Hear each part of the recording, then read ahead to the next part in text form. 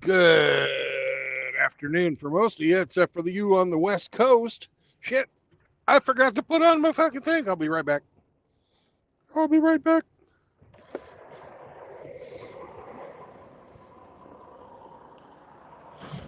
I'll be right back. I'll be right back.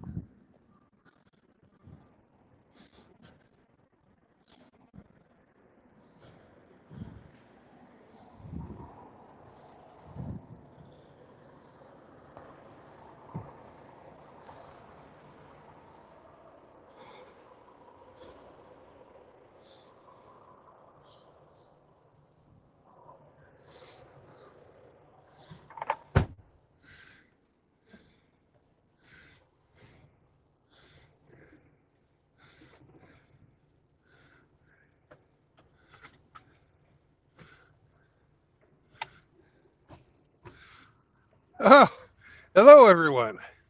How's it going, Megatron, Sergeant Grinch?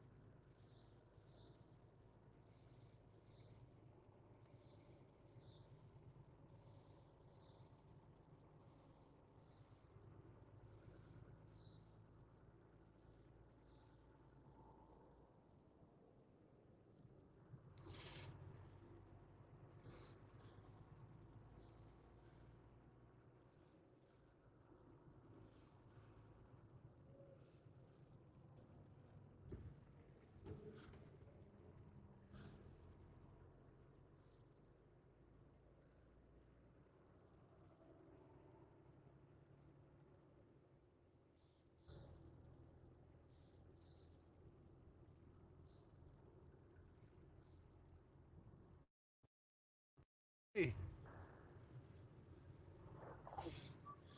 Good afternoon. good morning. How are you today? Oh, good. Did the puppy make it overnight? Ah, he's a sweetheart. See? Yeah, Good. he even woke me up and asked to go outside to pee. So Perfect. I'll keep him. Perfect. Perfect. That a good boy. Yeah.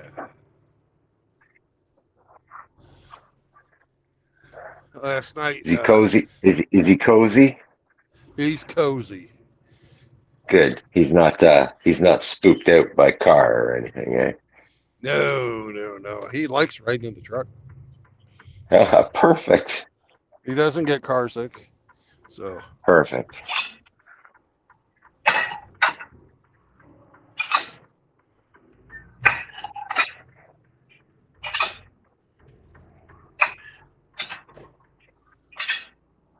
So, did you decide on a name? Sam. It's going to be Sam, eh? Okay. Yep. Hey, Grinch. Hey, fucking Papa Smurf is here. Not going to lie. I expected a community post picture. Oh, okay. I'll put one up later. Yeah, later today. Make your announcement. You got a new co-pilot. Yeah. You'll always be the navigator, though. Your job's safe. Until I train him how to read a map. Nah, He's not very vocal. That's good. That's good too.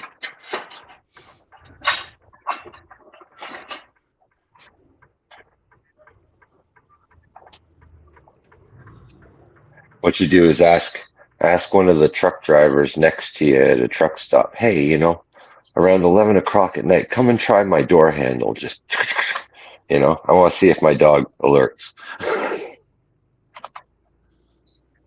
We'll do that after about a week. He certainly has bonded with the truck. That's perfect.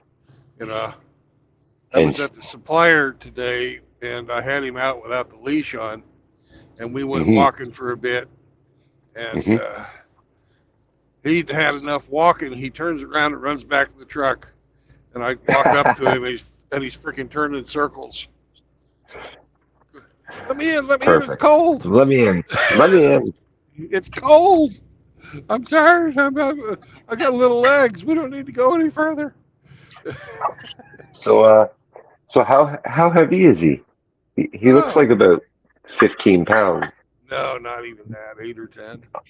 Oh, okay. They told me 10, but I don't believe him. I picked him up. He's like freaking nothing. Right.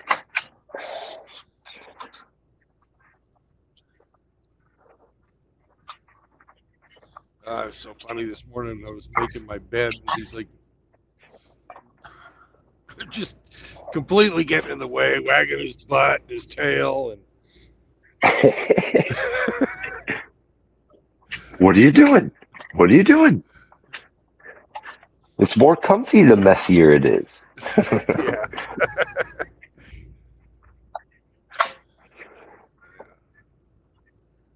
Perfect. And last night, the air conditioner was running at the beginning of the night, so he goes underneath the blankets. And about halfway through the night, the air conditioner shuts off because it's cool enough outside. We don't need it anymore. And he doesn't need to be under the blankets anymore. So he licks my wrist really, really daintily, and then gets out from underneath the blanket. Just like, hi. Hi. Here's a kiss. Here's a kiss. I'm going to go Don't outside eat. the Don't blanket eat. now. Don't eat me. Don't eat me. No, he doesn't worry about that. He likes pork rinds, and this morning I found out he also likes potato salad. Because I forgot to make my or start my crock pot yesterday. So Well, we'll see what comes out of him to see if he really likes it or not. yeah, and I didn't eat it all yesterday, so it was actually a No. fasting day. You're busy yesterday. You sure got him a whole load of stuff, man. That cart was full. like a new parent. You got the play yard and the fucking the stroller and the car seat. About half of that was for me too. Oh, you're eating dog treats now? Well, I did buy some dog treats. He doesn't like milk bones. No, most dogs don't. They're like, I have better taste than that. You're gonna have to get him, like shrimp Diablo, and he's gonna love the tacos, I'm sure. He won't like shrimp Diablo. They have these little dog chew sticks, and it's made with beef skin, pork skin, and chicken skin, right? Cool. And he's just freaking going to town on that thing. Nice. And of course, he likes my pork rinds too. I bet. Well, match made in heaven. Yep.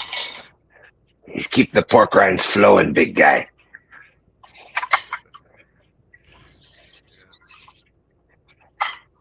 Yeah, right on. But I actually started driving about 5:30 this morning. It's just about noontime here now.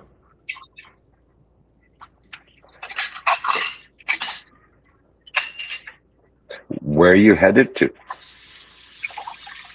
Stillwater, Oklahoma. Oklahoma. And unfortunately, that means we have to drive all the way down south using the California highway system. Right. Oh well. And cut over on 40. But on the bright side,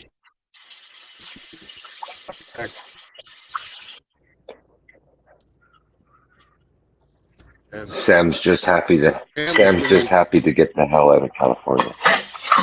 Oh, you broke up. I'm sure he is, but I'm sure Sam is happy to get the hell out of California. But Sam will be much happier when he gets a fucking T-bone. Are we going to the Big Texan?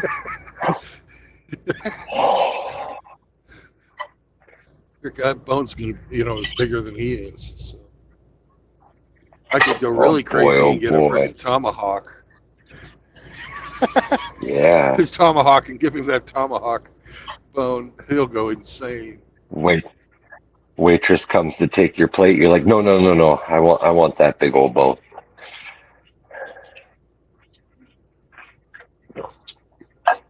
She'll go.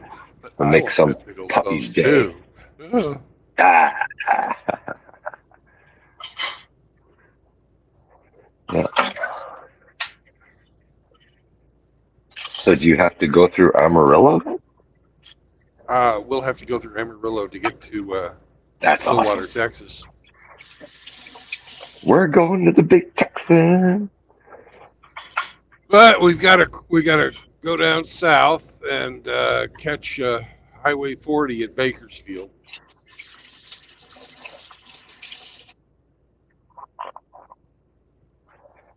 Right now I'm on 5 heading south.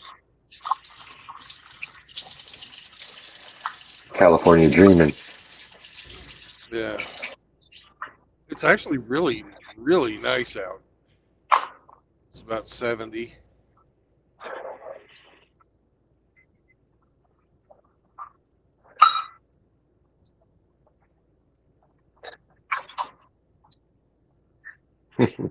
That's awesome. Little dog's going to see the country now. Yeah.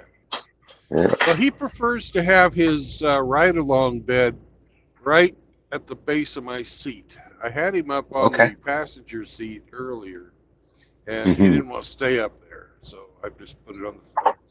Too high. He can ride wherever the hell he wants. Little dogs like this, Well, they like to feel like protected. Like he's in his cave. Yeah. Right now. Sheltered. Yeah.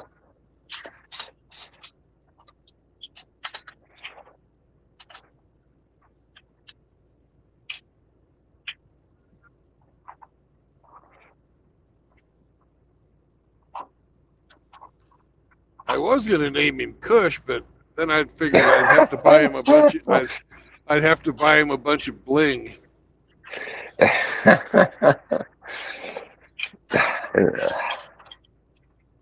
Then you'd have to put up with it for a lifetime. Yeah.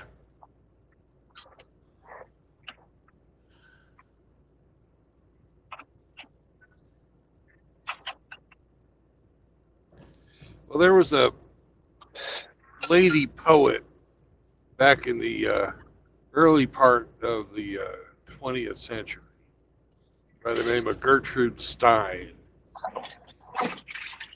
And her most famous work is "A rose is a rose is a rose. A rose is a rose by any other name is a rose."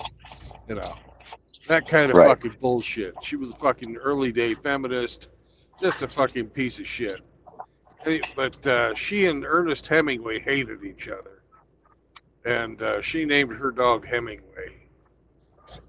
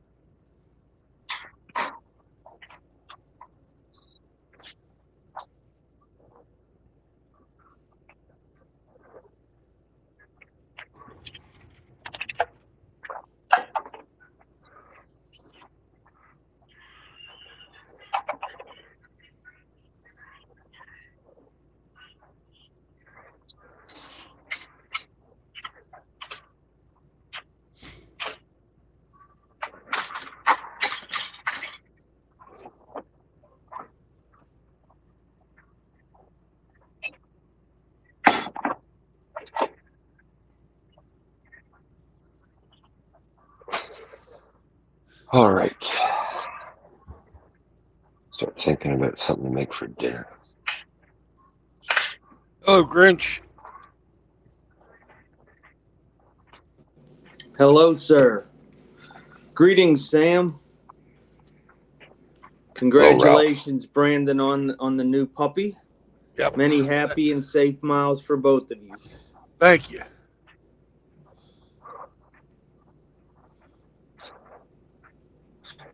Life is always better when you share it with a dog. 100% Amen. agree. So we have a Chloe, a Chihuahua, and a Sam. So we're going to have to think of what Sam's greeting's going to be. Well, he's a real Chihuahua. Yeah. Should be like something. What is it? What do they do? Good morning, Sam. Good morning, Good morning, Ralph. Sam. Good morning, Ralph. That's where I got it from. Good night, Sam. Good night, Ralph. That's a great cartoon. Yeah. They sure don't make entertainment like that anymore. No, they don't. Can you believe that was made in 1953? I wasn't there when it occurred, but I believe you. 70 Yeah, years, and it's still fucking funny as hell. I'd seen it through reruns. Hell, I seen it through reruns. I don't believe you.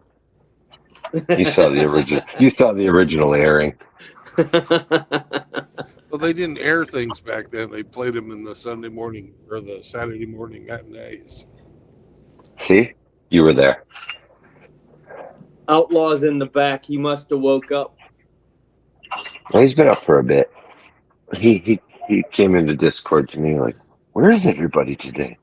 Are you guys ready to sing? Yes, sir. Okay. If I can hit the right button. Me. Oh, here we go. Moist. Moist, moist, moist, moist, moist, moist, moist, moist, moist,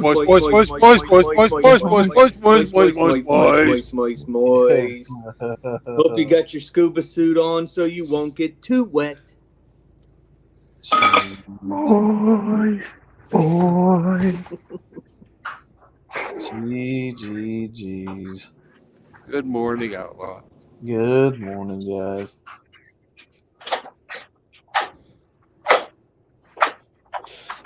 Yeah. Sorry I'm so late starting the stream. I Nah.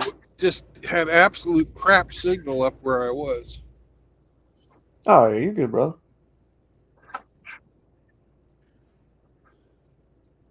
I figured on the drive up there I'd, see how Sam did. Get right into the truck and not try and multitask too much with the stream. And then when I got to where I was going, I couldn't get any fucking signal.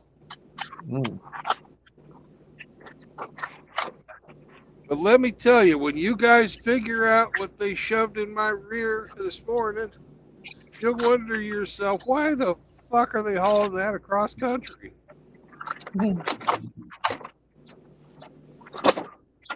Riggs is here, Frost is here, and so's Moki Alex. Morning, in the Ralph. chat. Morning, Sam. Moki. Morning. You like 304? Been watching a lot of Tom and Jerry You like- cartoons. You like 304?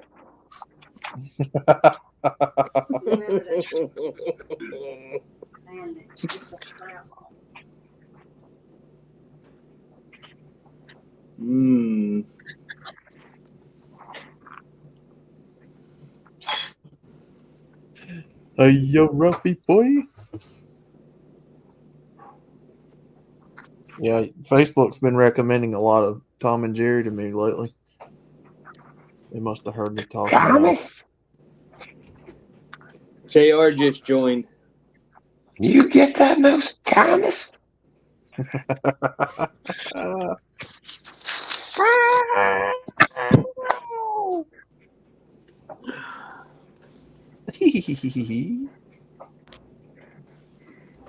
I can't mimic him good. I like when he screams.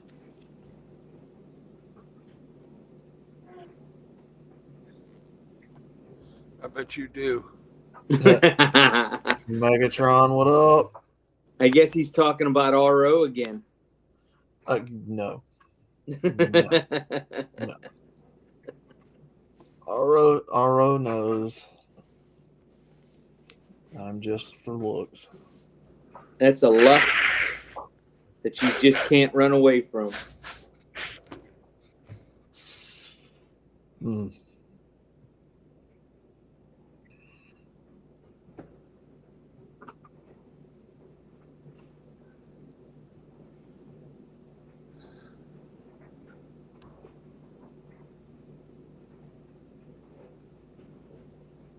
And we're not even going to get out of California today.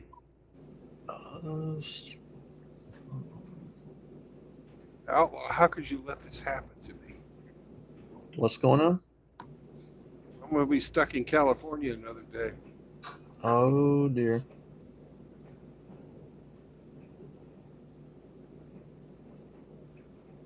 Riggs reminded me, Frank liked some stuff on Facebook of mine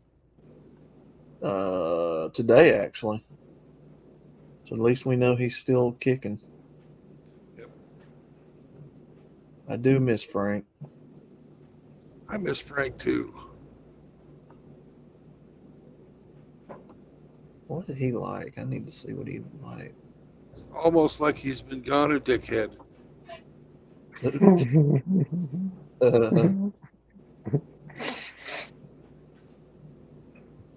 Whoa.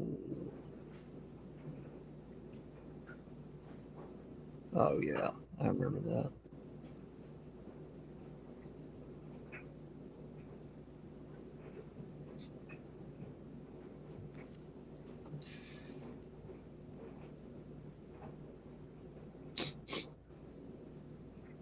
What's up, MGTOW Smurf? Who is Dildo Sauce? Oh, jeez. What's that? What's that there, Outlaw? There's somebody named Dildo Sauce in the chat. Riggs still owes me for a gallon of my secret sauce.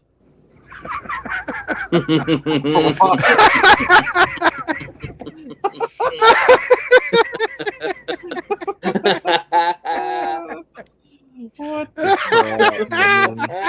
Jeez. That's good. That's really good. Oh, man. You better pay up, Riggs. Riggs, what are you into, man? Oh, my God. Megatron said, "Who's dildo sauce?" I mean, what the fuck? Oh, God, man. I like it. You do have the best trolls. Oh, gosh. They're Yeah, you guys never world-class. disappoint, man. And Rick says I'm apparently cheating on RO with some dude down south with a fancy dinghy in Cajun country. Rusty? Riggs, really? Why do you guys No, assume? you guys got it all wrong. He's cheating on RO with the Cheese King from Michigan. I mean, Wisconsin. Wisconsin. Wisconsin, God, yeah. man. Jesus Because Christ. he Outlaw told me that nobody ever loved him more Gouda. More Gouda. A midnight lover. Although cheese, you want to get to my heart? Yeah, cheese is pretty. I ain't gonna lie. Yeah, cheese is a good way to get to me. In my pants. No, Hemi, send him a can of Cheese Whiz. no, cheese is a good way. Spray cheese. He wants some spray cheese. Empty the can up his rectum. Oh. Oh God, no. Oh my God. I had a hankering for a spray cheese enema. Oh God.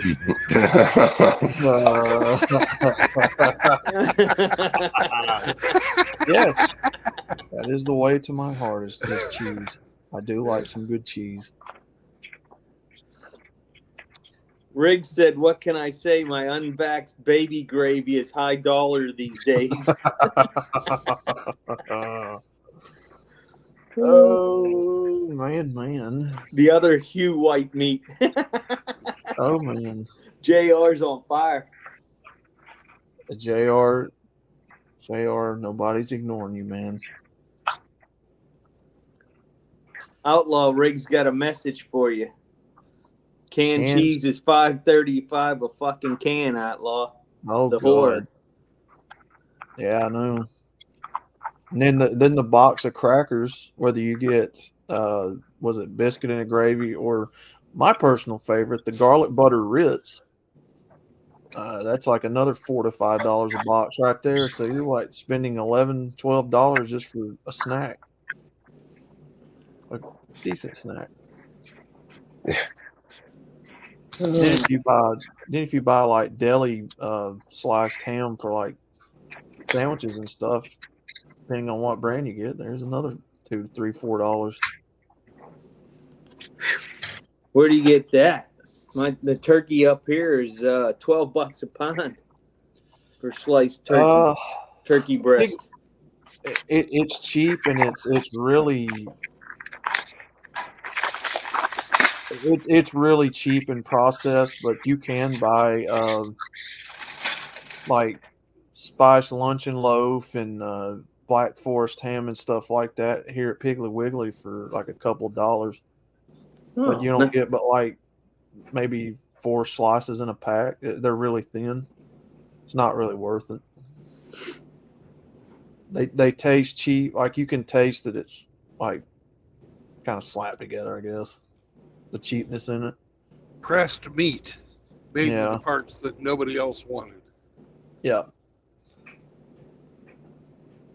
Oh man, Dildo Sauce said, "I make a special cheese whiz just for Riggs's armpits." That's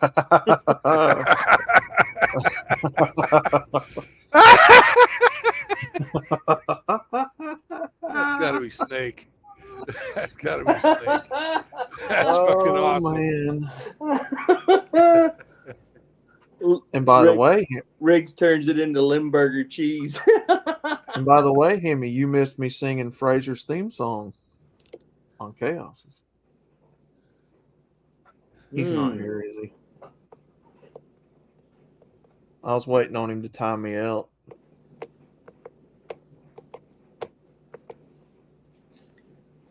Oh, well. Oh, my gosh. JR, nobody could ever ignore you, man.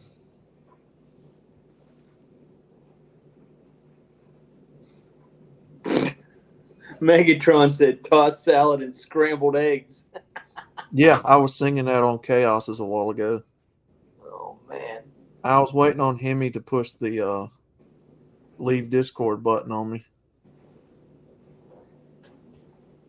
Like, see ya.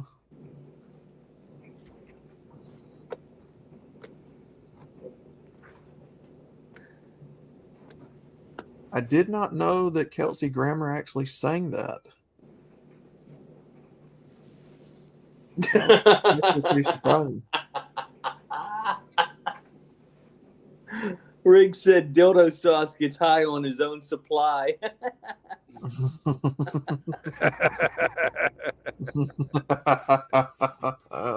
Then he said, Dildo Sauce replied, Riggs likes men's booties if he doesn't time me out.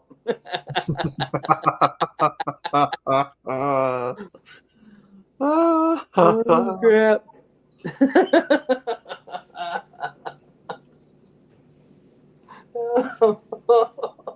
Right, Megatron? Like, it's kind of weird. I kind of thought that was him in the outro, but it, now that he confirmed it, it's like, yeah, I can hear him singing it now. Hey, Shar. It just sounds a lot deeper.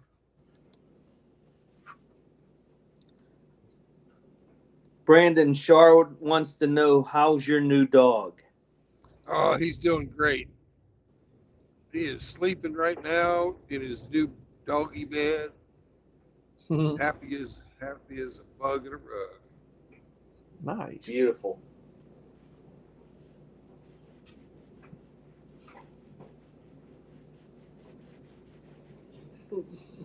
Inside the truck, he's really freaking playful and happy and everything like that. And outside the truck, he gets a little scared. Mm-hmm. We'll get him over that. Just take time.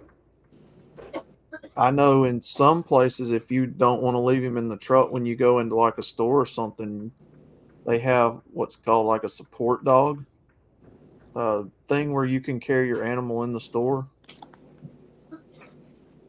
But I just put him in the fucking kitty seat. You know, the one that's in all of the every shopping cart ever made. yeah, He's tiny, man. He can fit in there easy. I see people down here all the time carrying like German Shepherds and other kinds of dogs in the store with them. Yeah. I can't wait till Brandon takes Sam to the Japanese restaurant. Teaches him how to burn them down. He's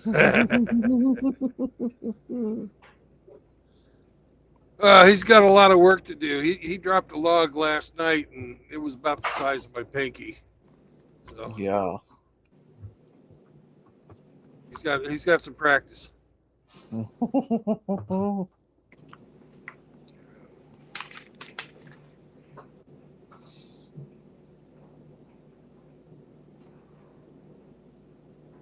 Gift card codes? I don't know, Riggs. Does PetSmart do gift card codes? I'd like to donate to Puppy Treat Fund.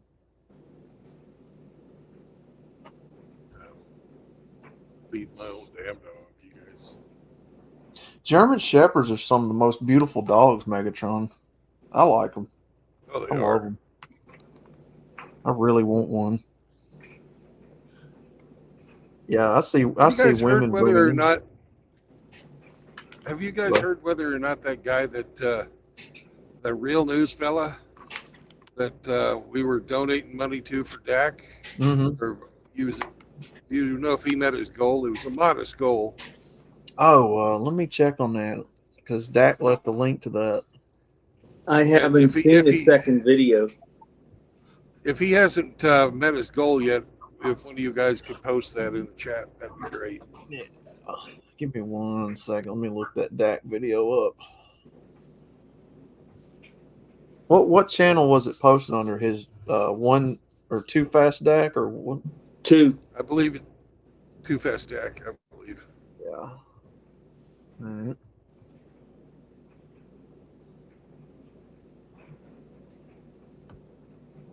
See if I can find it.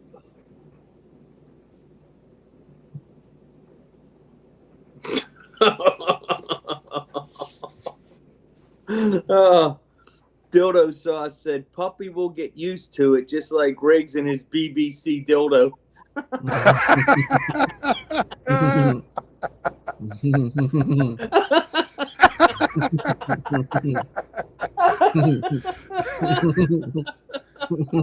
Oh, gosh. Oh, man. Oh, that's too funny. Go fund me right here. They haven't met the goal yet, but I'll leave the link down in the. Let me get the link here for you.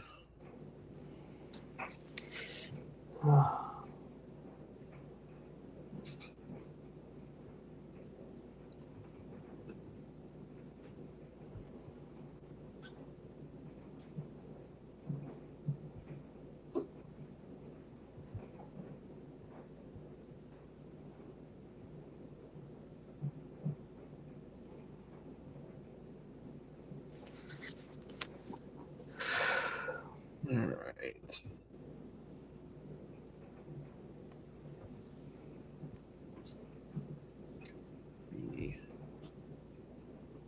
Hey, Douglas Edwards, good to see you, brother.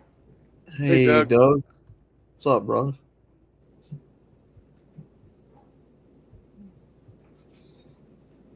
I'll post that GoFundMe link here. All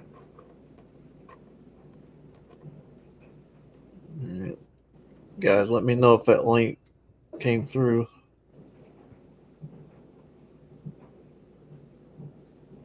Yeah, looks like it did. Yeah, it's there, Outlaw. Okay. Doug, I'm doing good, brother. How are you? Life is good. I'm really in a good mood today because Brandon got a new puppy. Heck yeah, man. Everybody's got dogs now. Yep. Well, I don't, but if I could. Puppies make the world better. Yes, sir, Doug. Good to see you, brother.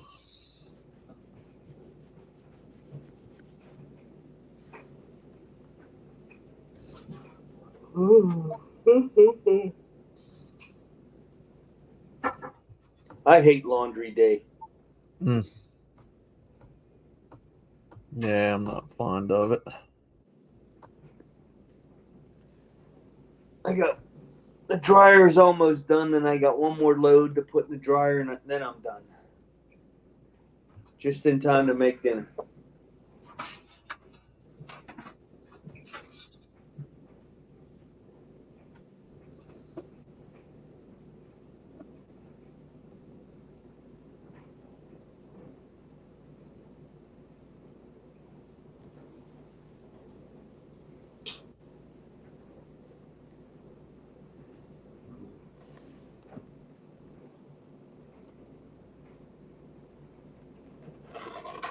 It was 26 degrees this morning when I took Chloe out for the first time. I was so pissed. I bet you she was fast. No, she likes it. She likes that cold weather. Everything was frosted over, so she was crunching on everything. She was having a good old time. Heck yeah, man. Conjure up another retro stream. Yeah, do one at some point. And just you guys have to give me a suggestion on what you want to see.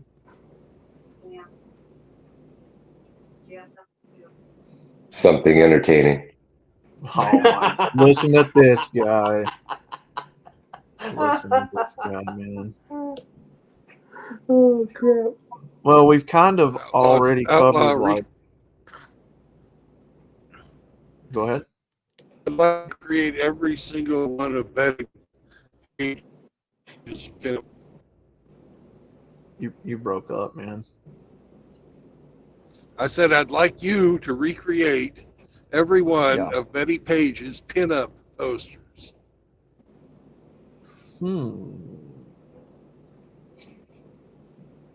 Betty Page.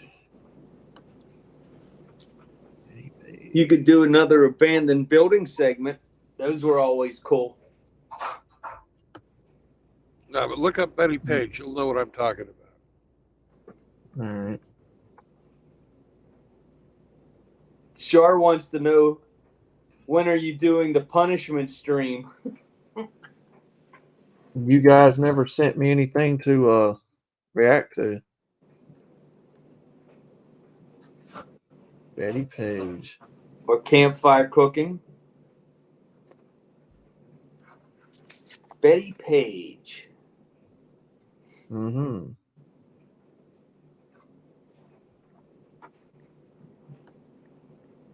And this is, you want me to do this with my avatar or what? Me? He wants you to recreate them. That's what I'm saying. Me or my avatar? No, you dress up. Yeah, no. No. No. I don't think so. Oh, there he went. How about more old school anime? That's actually perfect timing because we had a discussion with Jimmy and them last night, and me and Jimmy's probably going to plan on doing one here before long. Some of the guys here was wanting to learn about all that anime like Dragon Ball Z, but that's not everybody's cup of tea. I understand. Campfire cooking. Yeah, there's going to be one tomorrow night. Going to get right back to it.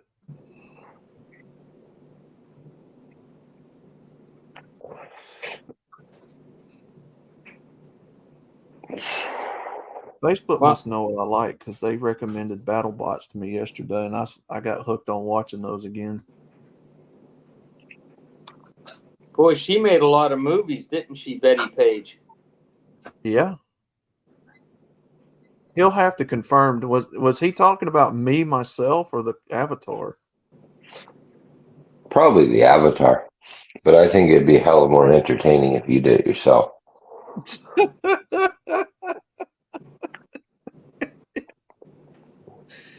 I can't disagree with you. Because if it's actually me, I know. Wow. The Avatar maybe, but not me. I mean, she's already a pin-up anyway, so.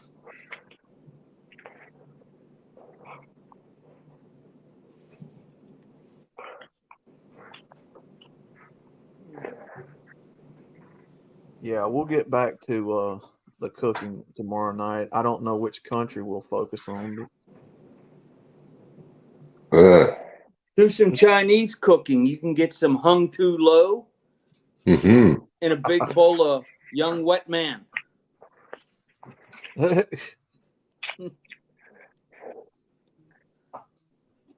Make Riggs all pissed off. Show them cooking up some cats. Kung Pao Pussy. He'll be all upset. You want meow meow mix? He'll be like a page of angry emojis. You want sweet and sour tabby? Huh? Why you fuck with the kitties? Sweet and sour Siamese? Huh? Well, they don't have feral cats in Canada, do they? Oh, yeah, they do.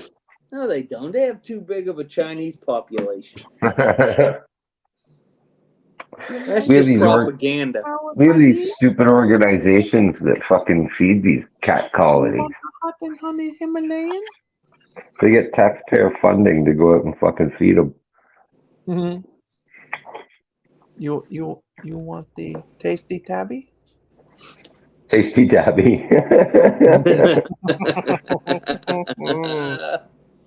The saute short hair?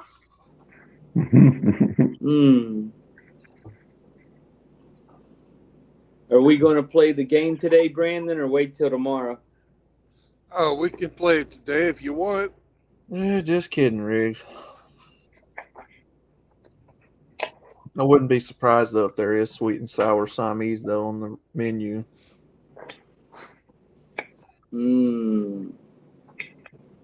Oh, maybe Himalayan Moyo Kitty. You like Russian blue? Russian blue all over your face.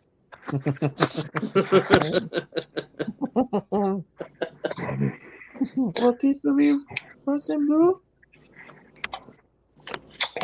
Himalayan lo mein. Mm-hmm. You go catch kitty. You catch kitty. We cook kitty. You eat your own kitty. Siamese noodle. Yum yum.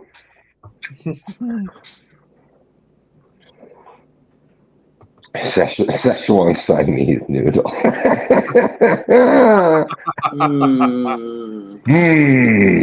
You like sounds delicious. Tabby? You like tabby? What's wrong with your meal, mister? There's something in my soup. Is it a hair? No, it's a claw. You like orange tabbies? Yeah, you go catch on Stabby. Put some sour on Stabby. Find a claw in my egg roll. Mr. Chaos, you want to eat kitty? Yes. You want rice with that? You're gonna Chaos, you want put. to? The kitty brigade's in full force. We cook up Garfield for you. Shake it up, yo. Jeez.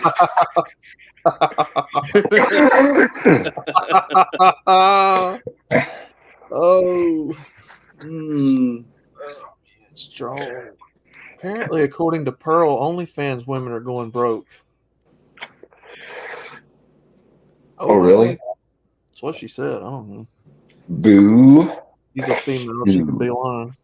Boo-hoo. Where? So people are making money to fucking sit at home all day? Where? This fucking internet-based economy is like just fucking delusion in a nutshell. Just purdy. Some 25-year-olds are making more money than like fucking 40-year-old corporate America. Like, what the fuck? Yeah, It's but they'll only insane. make It's it for insane. like 3 or 4 years. It doesn't matter. It's like that type of wealth blown on like the youth. Oh, You like on we're doomed. Oh fuck! Pretty good. There's, Well, and we work hard. Yeah, that's hard work. Oh no, man. We have a different definition of what hard work is. You like on well, if she's with somebody else, it's hard work. Yeah, someone's got to be hard. That's right.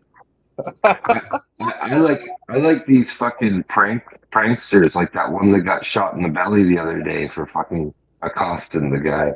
Guy's just trying to make his money doing his DoorDash or whatever, and this YouTube prankster or whatever fucking tries pulling his bullshit on him. The guy fucking draws and shoots him in the gut.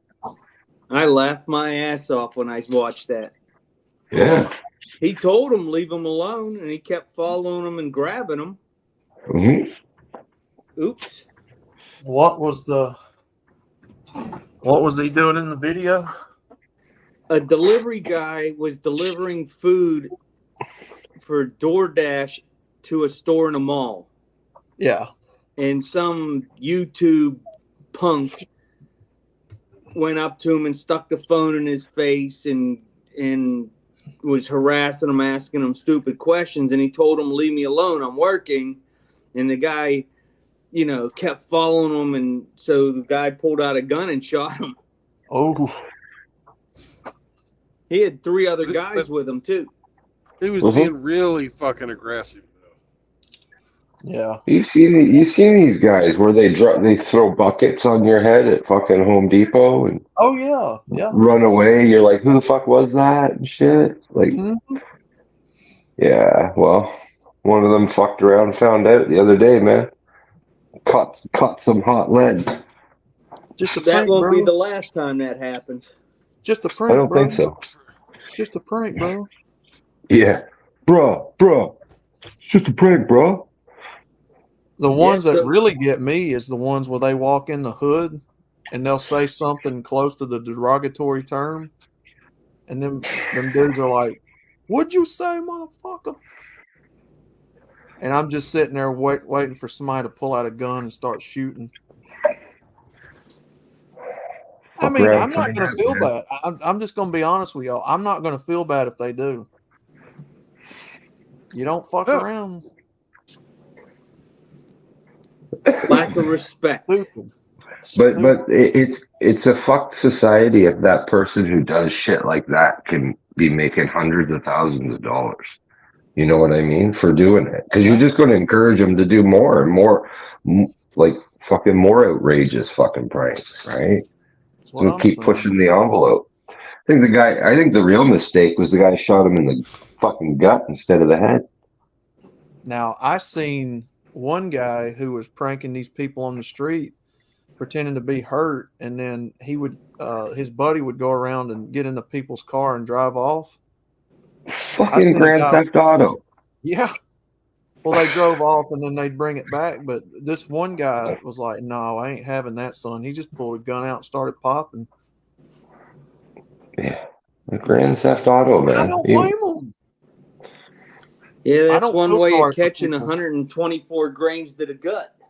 I don't feel sorry for people who get shot up like that. Sorry. You know you shouldn't do shit like that. Silly People son of a nowadays, bitch. people are on such edge nowadays, man. Why would you See, chance it? the ridiculous thing is guys that don't do that shit are only going to get shot down in the States. Up here in Canada, they're going to fucking get away with that garbage because there's nobody who's going to fucking sit them down, basically, you know? Well, one of these days in Canada, they'll mess with one of them seal clubbers and find out the hard way. Get Yeah. beat down. It's retarded.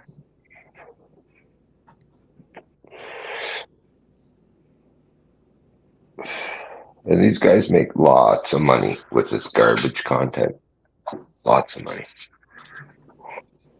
The real sickos are the people that, watch them on a daily thing and support them and encourage it.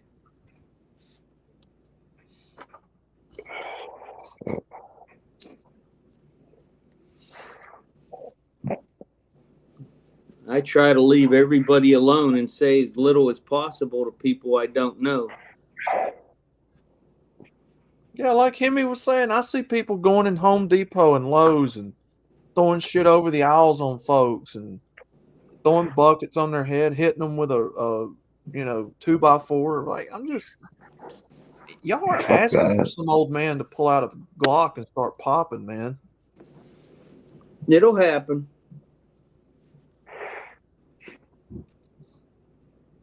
Yeah, because if you're the victim, how do you not think someone's trying to assault you? Yeah.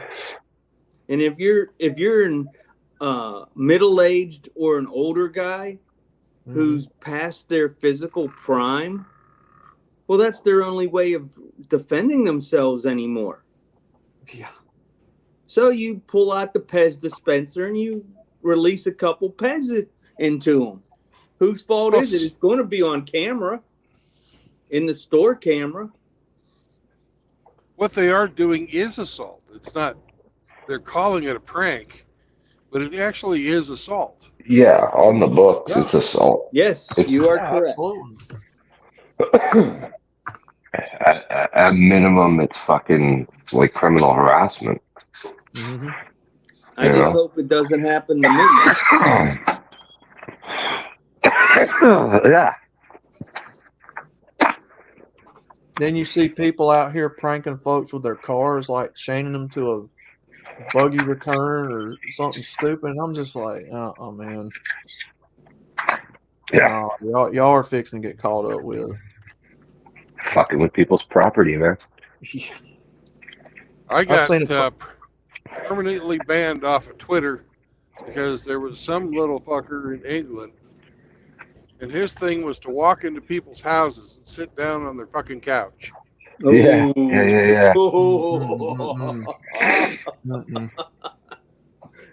And I wrote, that fucker needs to be shot. And I was permanently banned off of Twitter for writing that. Oh my god.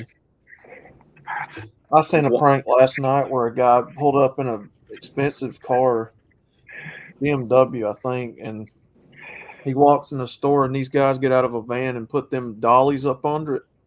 You know, you got dollies you can put under the wheels now and move the car around. Yeah. So they move this guy's car around and then get in the van and hide from him when he comes back out. And he comes after him, and I'm just like, how you people are brave, man. Stupid. Not brave, stupid. Yeah. Well, that's what I'm saying. Just dumb. Well, that's what happens when you raise a whole fucking couple of generations on Nerf. They ain't never been punched in the face. Yep. Oh, that dude was big too. He looked like a bodybuilder. He was fixing to knock somebody's teeth out. I could not imagine if I'm sitting in my chair and somebody walked into my house that I did not know. It's going to be damn messy cleaning up that freaking splatter in the hallway. I'm not hesitating. I wouldn't. So everybody that follows him to film it, they're all getting capped. It's ridiculous. I'm not letting somebody invade my home. Chloe probably bite the shit out of him. No way. That's not funny. No. You mess with somebody's car, you know, even the cheapest BMW out there is still over $50,000. That's a lot of money. Mm-hmm. You mess with somebody's car, they're going to be pissed.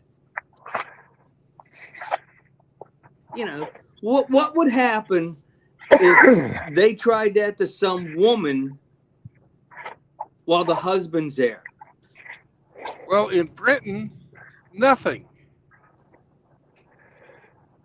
Damn. But one thing that we fucking, don't have to worry about as MGTOW is we only got to take care of ourselves. We don't have to worry about protecting.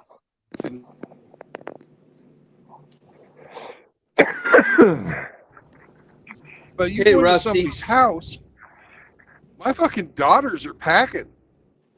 You fucking try that with one of my daughters? Mm-hmm.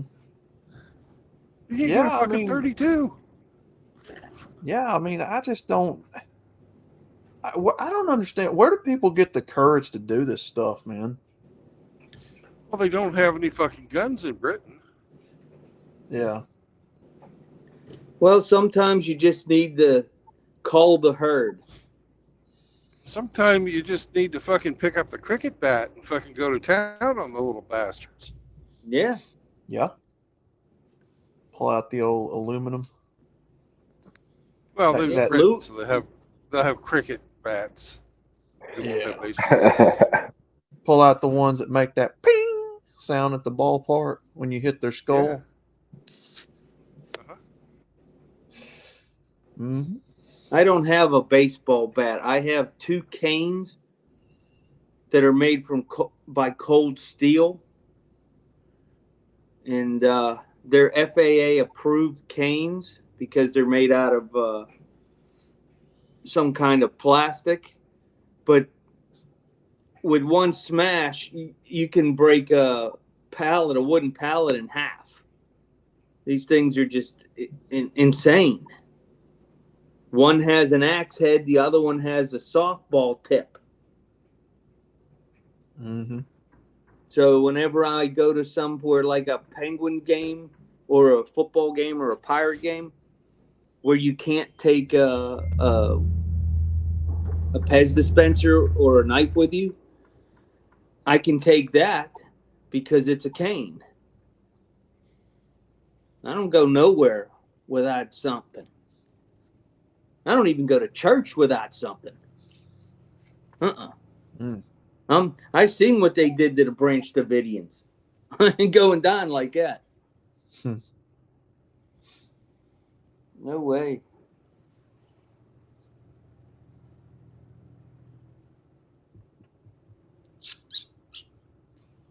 You're right, Frost. Davidians were highly armed, though.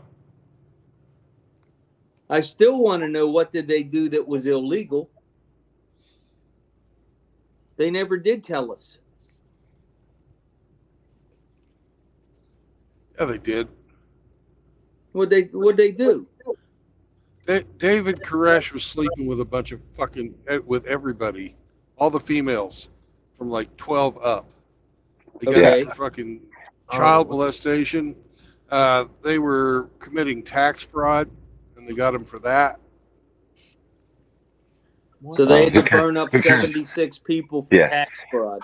Who cares about the tax fraud? The crimes against the kids was what he should have died for. Yeah. Oh yeah. Yes. No, what the fuck? None of the children in there deserve to fucking die. Not at all. and say David Koresh and the people who fucking enabled him. Even the He's a local sick sheriff son of a had bitch, said man. that he would, he would have breakfast or lunch with them occasionally. He told the feds all he had to do was let them know, and the sheriff would have ask them at the lunch, and they could just have grabbed them then. They didn't have to go through all that.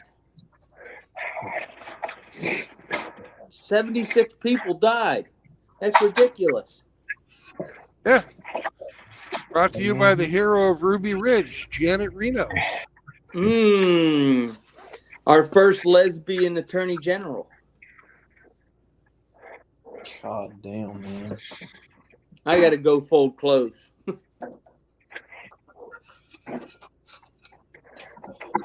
Fucking A.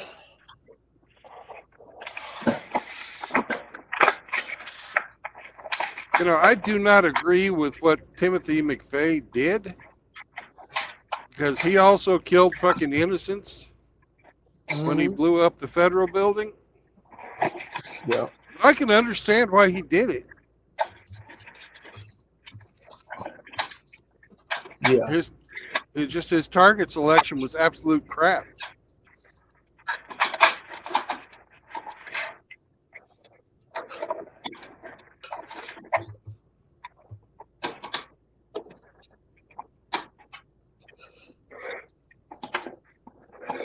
You can't fight injustice by doing more injustice. It just doesn't work that way.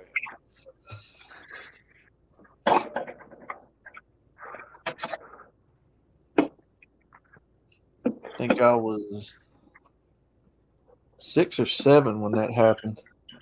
I just barely do remember that.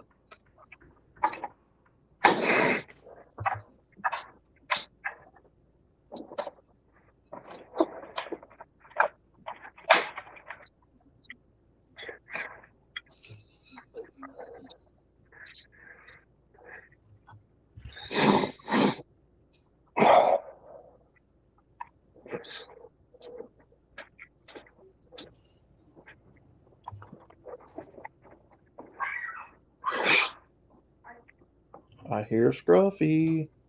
Scruffy. That's a chihuahua. Mm-hmm.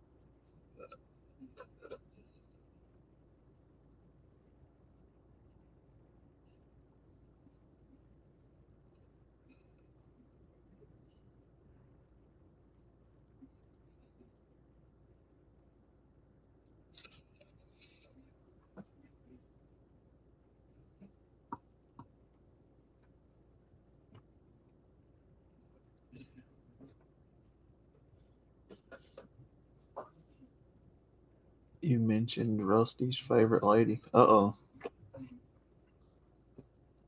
Who, Beth? Oh, that's what Rick said. Yeah, I think. I wonder if she'd still be undefeated if she played Zombro in chess.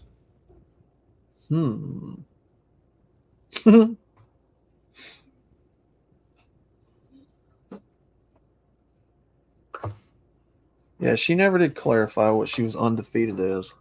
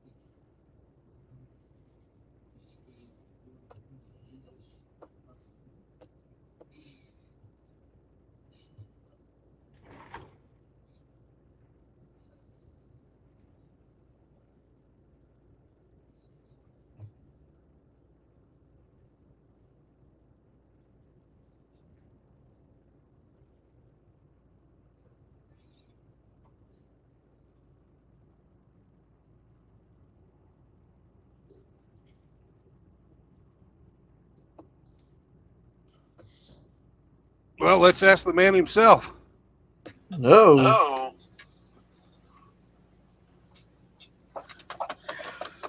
Thank you for Yeah, all I joining got to us and say making is, this the world's funniest. what the fuck MGTOW is going echo on up chamber. in this joint? What the hell is going on up in this joint? Riggs is talking shit about me? Oh, man.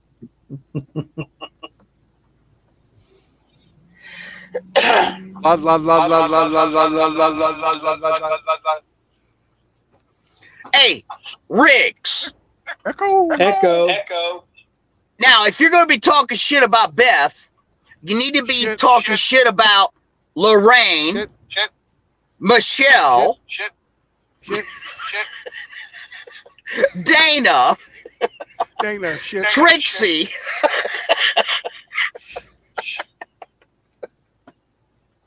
What other prostitute names do you have?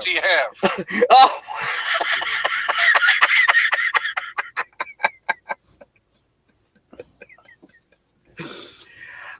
True Blood, what I wanted to say real quick. David Koresh, Ruby Ridge, Timothy McVeigh. You know, these guys and these circumstances, although I agree with what you said, there are a lot of elements that are very, very similar to MGTOW that they incorporated and were punished for. They were murdered. Make no mistake about it. They were murdered. And you know what? That fucking 6'3" goddamn big bird Janet Reno, that's the bitch and her special prosecution that put me in prison. That bitch put me in prison. And I still remember writing letters to Joe Biden, who at the time was the head of the Senate Judiciary Committee. And I was begging him, you know, as a 22-year-old man, trying to point out the injustices and the fucking backstabbing creepiness that Janet Reno used to put me in prison. And that motherfucker ignored me. Nobody ever, they didn't care. Nobody ever responded back. But yeah, that bitch put me in prison, man. And I remember, She put a lot of people in prison. Yep, I remember Ruby Ridge. I remember Timothy McVeigh. I remember David Koresh.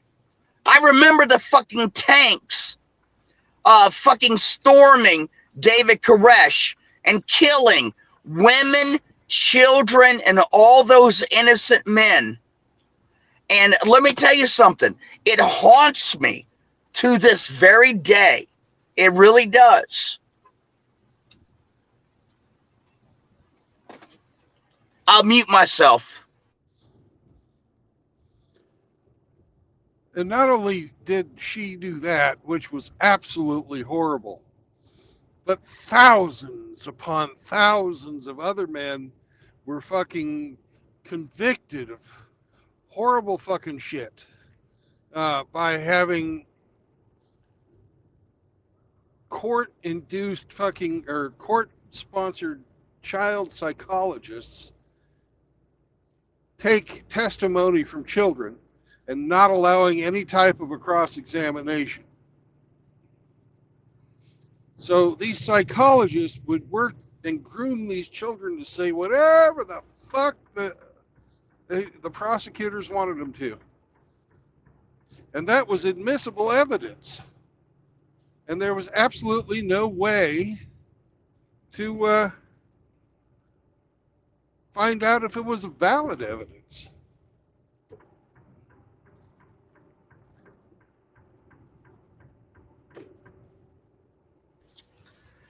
thousands of men. I remember that, True Blood. I lived it. Her prosecution team, in my particular case, they took the pictures of the injuries of my alleged victim, and they made the reds redder. They made the blacks blacker. They made the blues bluer. And they blew up the fucking pictures to show the jury. And they tampered with the evidence in my particular case. And I wound up getting sentenced to 4.5 years in fucking prison.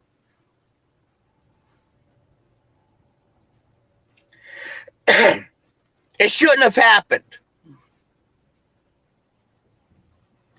You know, I was just 22 years old at the time, and them son of bitches sent me to maximum security prison, close custody, with motherfuckers serving life fucking sentences. And I was only 22 years old. I hate that bitch. If I could ever find out where the hell she was buried at, I would go and piss on her goddamn grave. Well, I think we looked it up earlier. And she's been cremated. Yeah, good for her. We can piss on the door of her mausoleum. Yeah, and you know her entire fucking team that prosecuted me, and it was a team. It wasn't just one prosecutor. It was a fucking team. And I hope I don't get your channel in trouble for saying this, True Blood. Well, they were all Jews. They were all Jews. Every single one of them. From the fucking judge to the damn 2 prosecutors to the investigators. Every single one of them was Jews. And man, they came after me with a fucking vengeance because I was a white European male.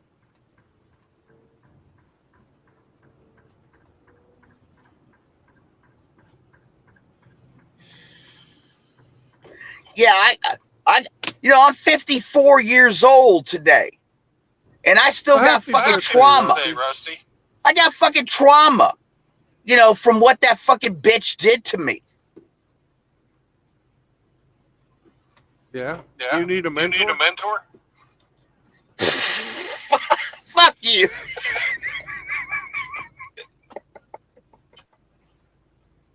Yeah, bullets can fucking kiss my ass. I don't need no fucking mentor. I'm a man, and I'm going to take my wounds, and I'm going to go forward with them. I learn from my mistakes. I omit where I was wrong, and I'll go forward. That's it. That's what we do.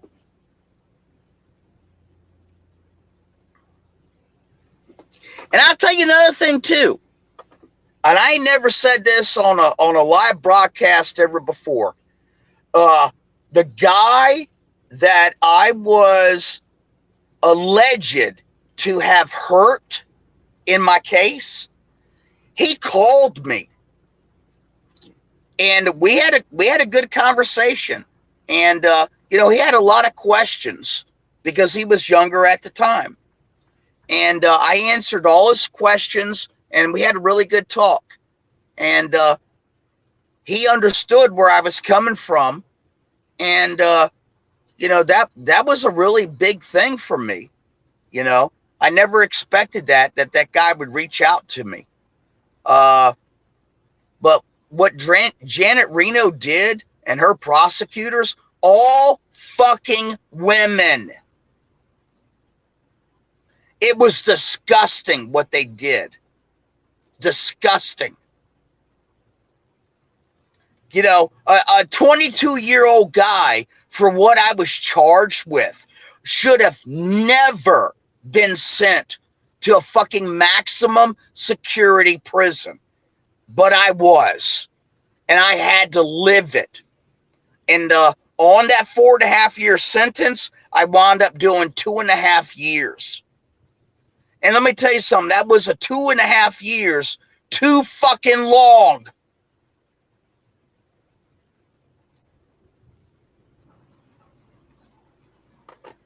Yep. You know, what can I say? I can't fucking give you back the time. It sucks. It's what happens, though, when you let these fucking crazy-ass leftoids, fucking socialists and lesbians, and feminists and shit, you let them fucking get a charge. Yeah, make no mistake about it. That fucking Janarino was a fucking $2 Bill Clinton goddamn lesbian damn fucking giant. You know, 6 foot fucking 3, short ass hair, just a damn lesbian, straight up through and through. You know, and we were allowing this in our society back then, and it was the prelude to what was to come. It really was. Yeah, back then they were just women in comfortable shoes.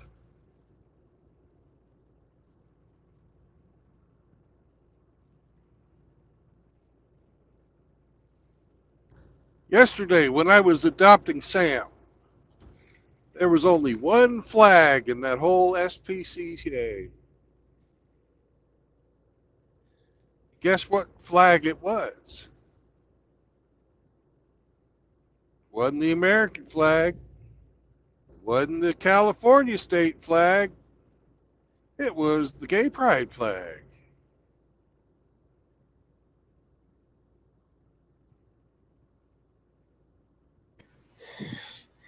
Look, man. You know what? These people may represent. What does it have to do with fucking adopting a dog? Where these people put their fucking, sexuality. Why is human sexuality have anything? And I mean anything to do with it at all? Nothing.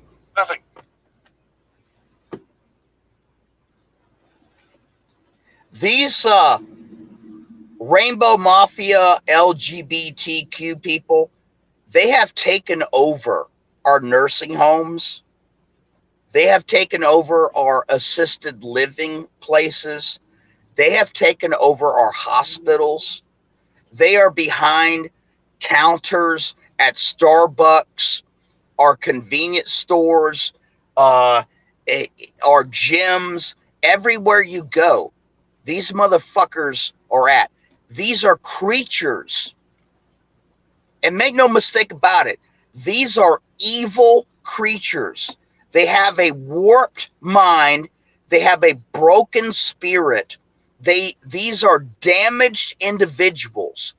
And it seems like in all of our service industries, they are popping up everywhere. You can't get away from a fucking walking up to a purple-haired, looks like they fell into my open tackle box in the back of my goddamn boat, that's behind a counter, and they say, "How may I help you?" And you're like, "Fuck you."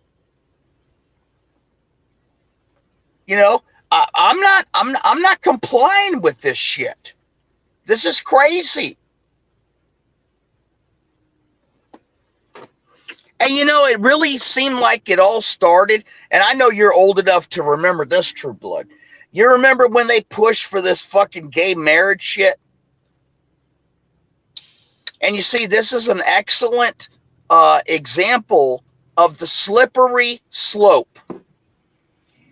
Once that shit started, it's like it all was just fucking downhill from there. It's like everything started coming afterwards. This is why it's so important that we take a stand in MGTOW.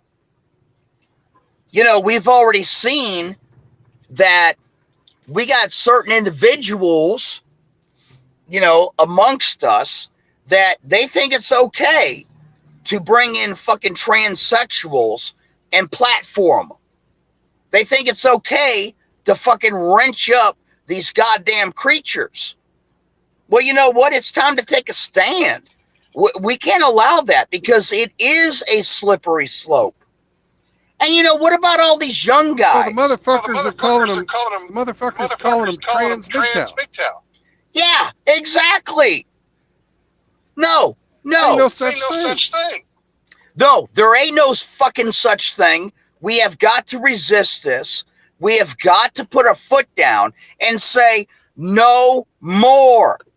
We got to take our fucking pirate swords out and draw a goddamn line in the sand and say, you ain't crossing this ever. I'm doing my part. I think a lot of guys are doing their part. You're doing a hell of a job, True Blood, and I salute you for that. You recognize that, you know, everything has a beginning. Are you a fan of the Aliens series? The Aliens movies? Yeah. Do you know what the general theme was in all of the Aliens movies?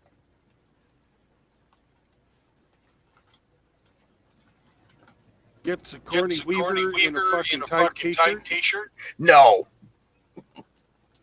The general theme in the Aliens movie was this. Big things have small beginnings. Big things have small beginnings. You hear that, Sam? And we need to be on the lookout for all of these little small things that happen in our community. This is why gatekeeping is so important. Although I got my own problems with the so-called gatekeeping, because without a general enforcement agency, gatekeeping is almost impossible to do. But yeah, small beginnings. We have to draw the line somewhere, or else these small beginnings with these damn transsexuals in our community, it will grow and it will become big. And we got to stop it right now.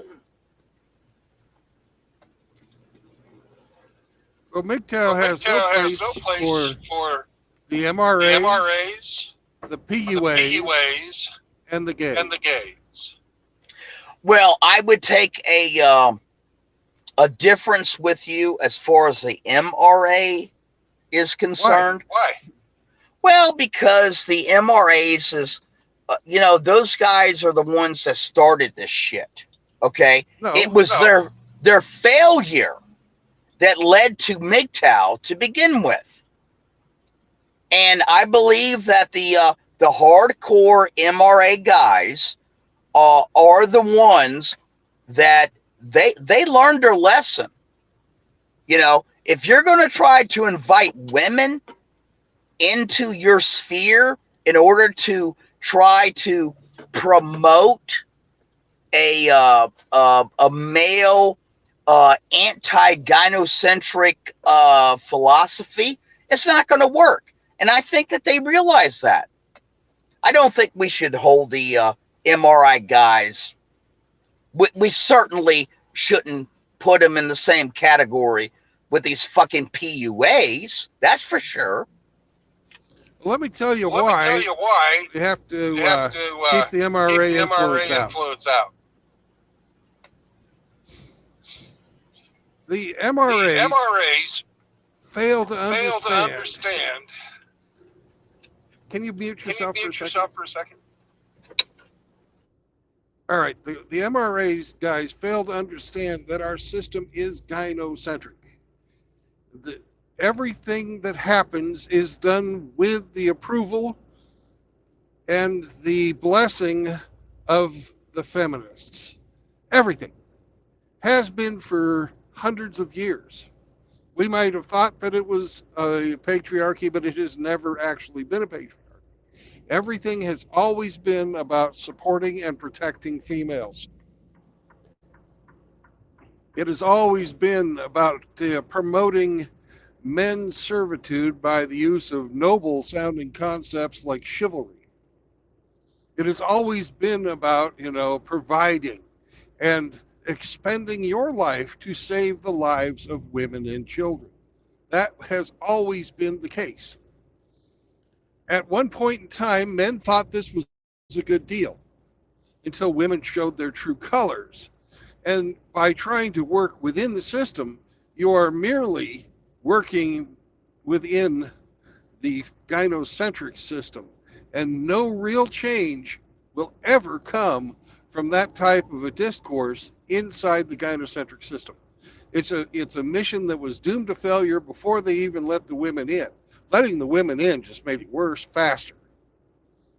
And the MRAs, I don't think to this day have ever, most of them have ever really realized just how much of a gynocracy that we are living in.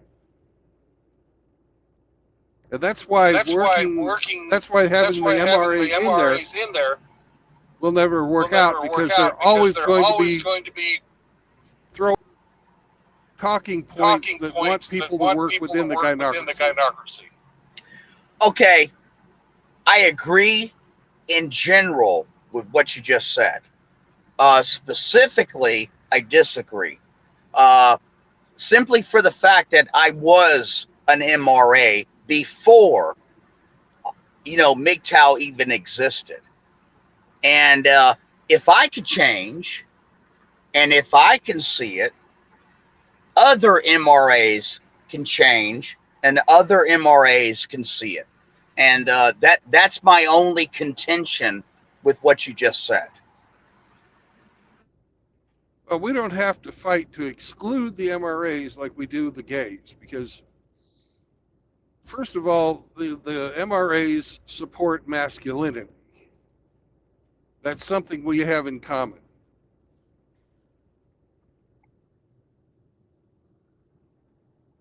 The MRAs also support increased femininity. That's also something we have in common.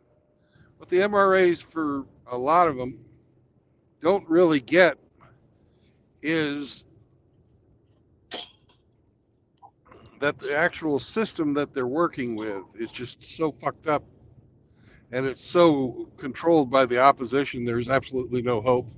And any efforts that they have, like to say, take a bunch of guys down to the courthouse and start protesting, is doomed to failure. Hey, I'm gonna have to get off True Blood. I gotta it's 3:00. I've been waiting to go in and talk to the tax assessor about a particular property, but man, I would love to continue this conversation at another time. You make a lot of really good points, and I think I got a few good points to make myself. But okay. I'll be here God tomorrow. bless. Yep, God bless all of y'all. Hey, did you name your dog? Yep, it's Sam. Man, I like that. Yep, remember that cartoon with the sheepdog and the wolf? Yes. But the wolf looked like Wile E. Coyote? Yeah. Yeah. That's the name of the sheepdog. Okay, good deal. So it's going to be the True Blood and Sam show, starring Sam.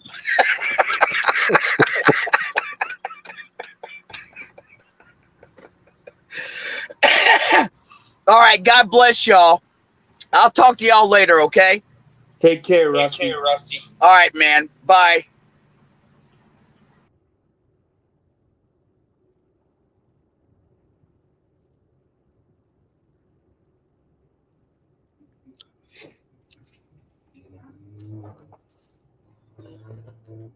Lord Jim. Hi, everybody. Meow. What's up, bro? What's up, brother? Nice to meet you. Yeah, likewise, likewise. That was an interesting discussion.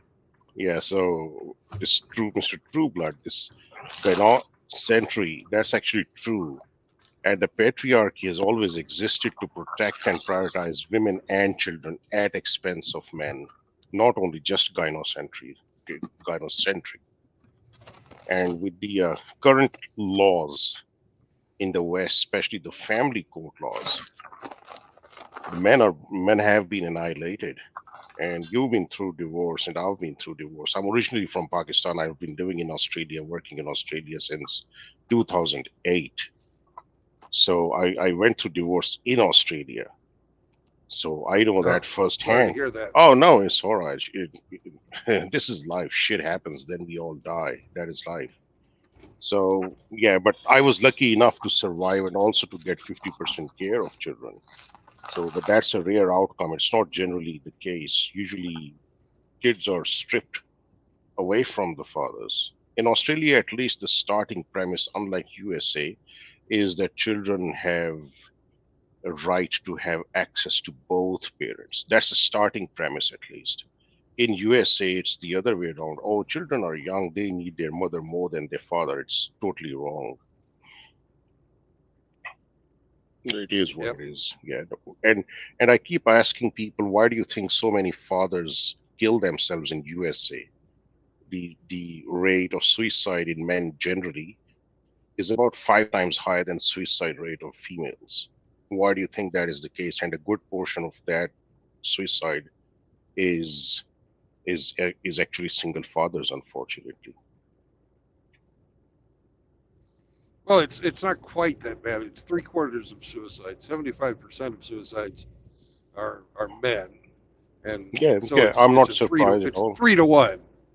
It's 3 to 1, but it's still Yeah, it's still horrible. it is. I think I'm the stat I'm quoting is I think is Australian. It's 4 to 1 or 5 to 1, something of that sort. I don't remember the exact number, but that's an Australian number. And the issue Yeah. with stats is if something is suicide, did they rule it as a suicide or unclear circumstances or whatever? But even if it's 3 to 1, it's like saying, is it less horrible if that's happening? Or is it more Uh, horrible? I don't know. It's pretty much the same. It's unfortunate. Men are disposable. Men are totally yep. disposable. It's just, it's unfortunate, but that's how it is. That's how it's always been. And people talk about, oh, women are oppressed in Pakistan. Well, no, actually, in some ways you might be able to argue yes. But you should have seen my grandmother and my mother, the kind of power they have over the family. Like we cannot imagine it in the West. Like whole family bows before them, like before their little pinky finger. So yeah, even today, if my mother walks into the if I'm sitting in the lounge, my mother walks in, I'll stand up. That's the religion and that's the culture.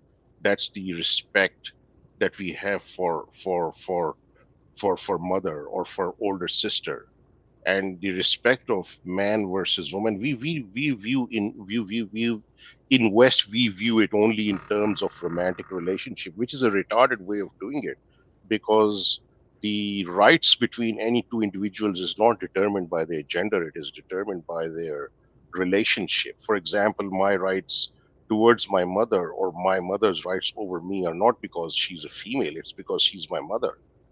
And that changes when I have a daughter or a son. Same applies to father. So this is a really myopic and a narrow view of viewing male and female in any relationship. It's the relationship that determines the kind of rights and duties we have towards each other.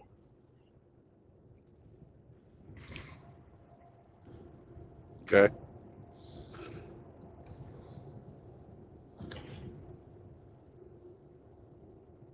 Well, that's an interesting perspective. How does that factor into the MGTOW movement or uh, our choices? Like this is a primarily a monk channel. Hmm. Um, how would that apply? Because I give my mother more respect than I give any other woman on the planet. Absolutely. But and you're right. It's because of my relationship to her. Yeah. So what are you trying to say? Are you saying that the arguments against the gynocracy are false because there are certain women in our lives that we respect? Oh no, not at all. Not at all. Okay. The the the the laws are. Here's a question. Here's a question. Who and I'm trying to point out here when I say this. We say who gave all this power to the gynocracy? It wasn't the females. It was the men who prioritized women. What you call generally in simping for women. So it's men who go to protect women, and we've already had. You just said that. Why we have always had men and women and children first. Like ship is sinking. Oh, women and children first. Well, that's because men were. That's how, generally speaking, I think it's one of our primal drives to protect the vulnerable. We get upset as men. It's one of our primal drives to get upset when we notice an injustice or we see that someone vulnerable is at risk, and it's our instinct to try to protect them. And it's quite a deep, it's a primal instinct. It's not a social construct.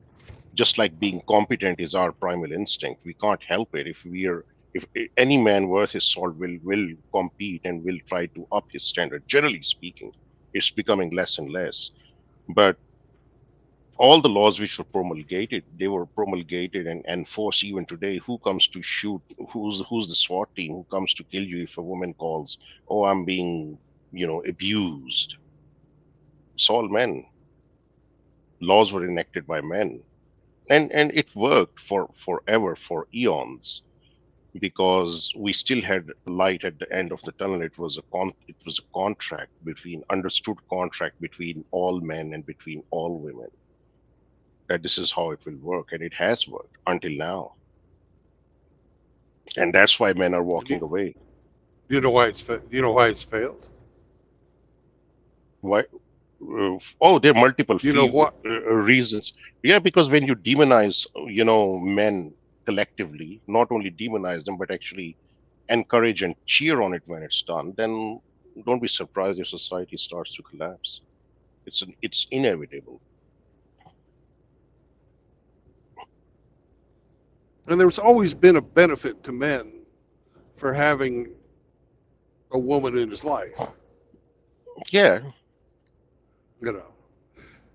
And by introducing a third partner in the West, anyways, a third partner into that marriage Mm. in the form of the government, you have sown the seeds for, um,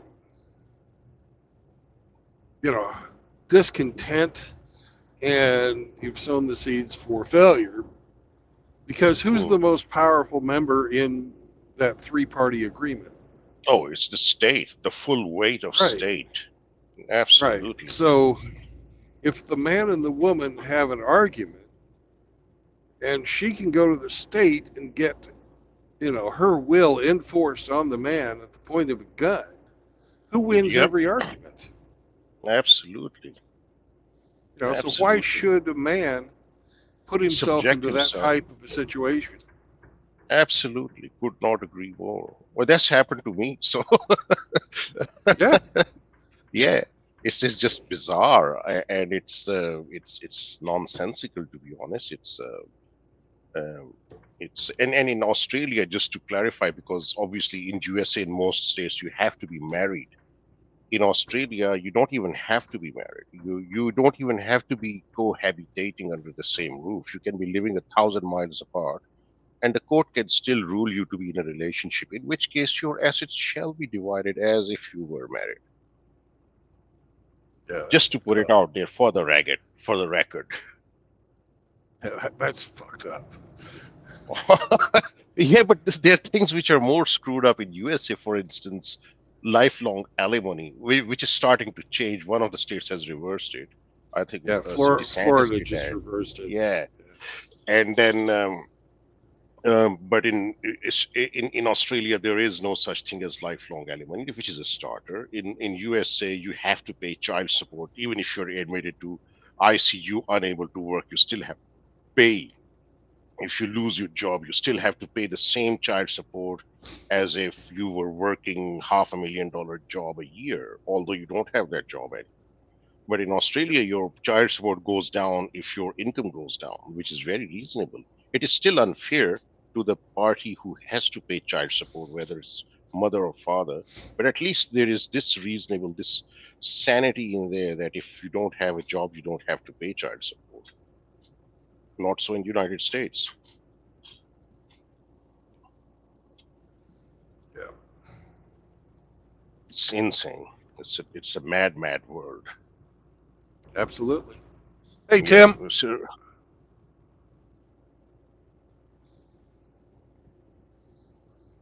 I'm just glancing down as I'm driving along and greeting friends. yeah. That's all. I'm not trying to Yeah. interrupt you. No, no, no, not at all. Not at all. Not at all. This is that you driving the truck, is it? That is. Oh man. Yes. Yeah, I feel I get this impulse every now and then to buy a truck and get a license. Just the mover, not the trailer. Just want to drive the truck. It's bizarre. I have no Right. idea why I get that impulse, but I do. And Well, we have or like road trains here, like yeah. very, very long ones. So that's always a sight to behold when something comes across you. It's very freeing. You know, Yeah. I chose this method of earning a living recently, Mm-hmm. so I would never have to go and work in an office again. Mm-hmm. No, no, Just there's a yeah, because at least yeah, I can see the that liberating sense from the quote unquote system, which is always trying to pull you down and try to control you. So there's very much reasonable reason there. I can see the why would someone use that?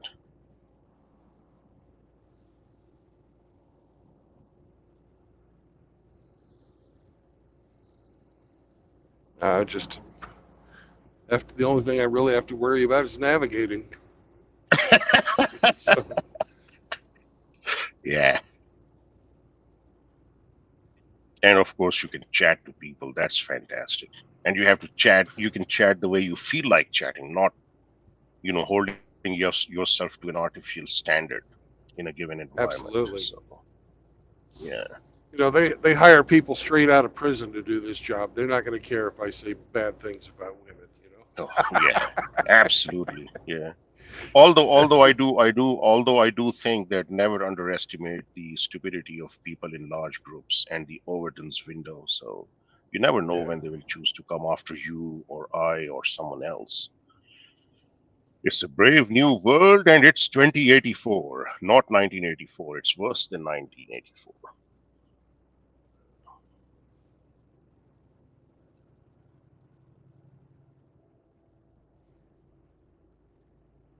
I'm going to try not to run over the guys picking up trash. Sounds like a good idea. Because those poor bastards all have got charged with something and they're doing their court mandated community service. Oh yeah, yeah. In other words, slave labor. Hmm.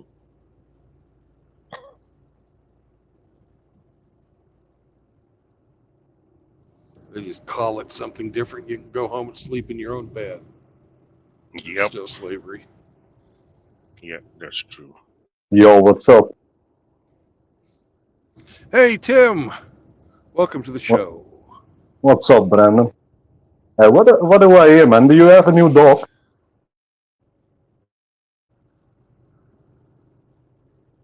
Yep, I got a dog yesterday. Oh, that's cool. I got a Chihuahua. Well, he's part Chihuahua and part something else. I don't know what else. but he's not like a purebred or anything. Well, that's cool. I mean, at least you have a companion for in the truck, right? Yep. Yeah, he's already doing his job, at least half of his job. He's got two parts to his job: take me for walks and wake me up if somebody tries to get in while we're sleeping. Oh yeah, man. Yeah, dogs are He's got the taking me. He's got the go. Yeah, he's got the going for walks part down. dogs are amazing, man. They're like exercise machines. Yeah, he has to walk them like big Yeah. parts and stuff, and they want to play all the time. Yeah, dogs are amazing. Yeah, nice job, man. I know you were looking for a dog for a while, so Yeah. are you gonna post a And I picture of him? changed jobs. Oh yeah, I changed jobs so I wouldn't, or so I could get one too. Amazing, man. There was no way I was going to declare that I was insane, so I needed to have an emotional support dog. I'm not insane. I just want a dog. Yeah. The first thing they would do is take your truck license away if you said anything to that effect. I don't know if they'd take my truck license away, but what they would do is they'd take away my ability to own a gun. Oh, They'd say, really? that's- this is a Okay, red, yeah. this is a red Oh, flag. yeah. Okay. Yeah, that's You're bad, insane. man. You can't have a gun. You know. Yeah, yeah, yeah. You need to be able to protect yourself. Then again, I do understand them. Dogs are amazing. Mm. I highly recommend it, man.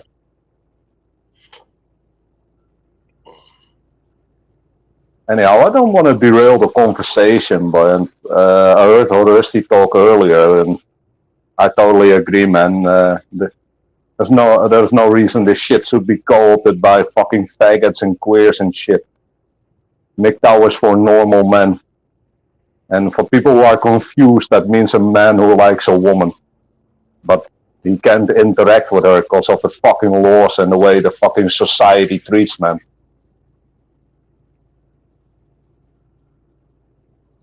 Absolutely.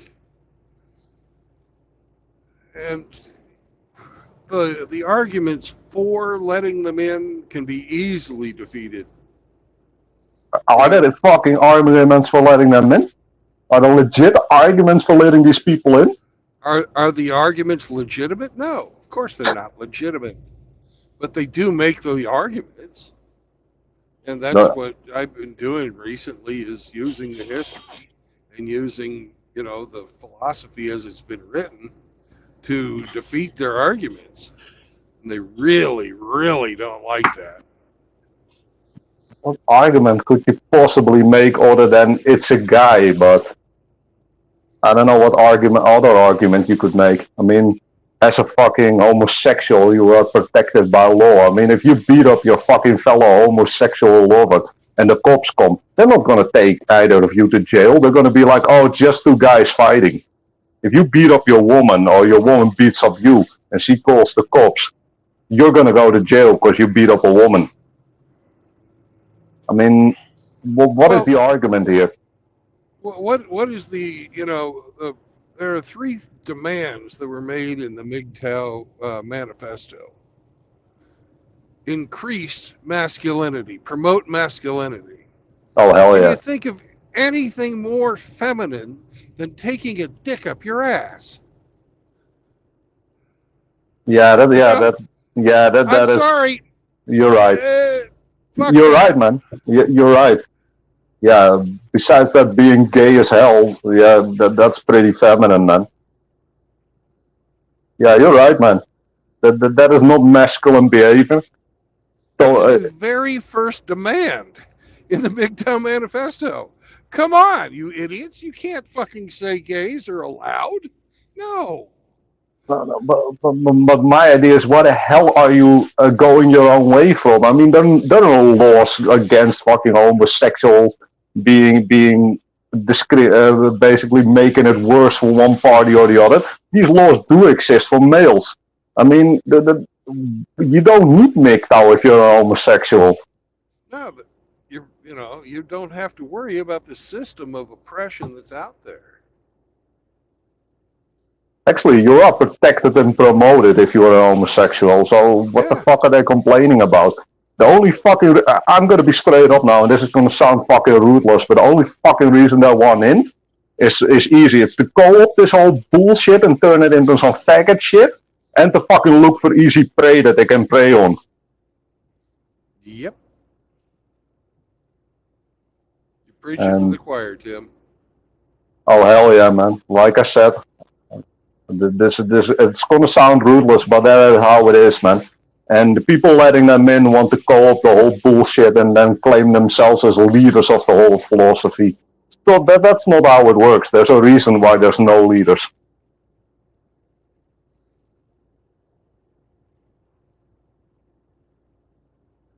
Just Yeah, each and every one of us has to be our own Aristotle. Each and every one of us has to be our own Plato. We've all got to be philosophers. yeah, you gotta basically become your own leader, your own. Of course, I mean, only you know what you want out of life and how you will get that out of life, and only you have your own best interest in heart. When you listen to someone else, always be critical what they say, always. And some people just, I don't know, man. But I've seen it go around for a while, man. And even as one of these idiots fucking asked me out on it, basically he asked me if I was gay and if there's something like gay shit for MGTOW. I was like, bro, if you're gay, you go do you, man. But I ain't fucking gay. But like I said, they have approached me with this fucking bullshit.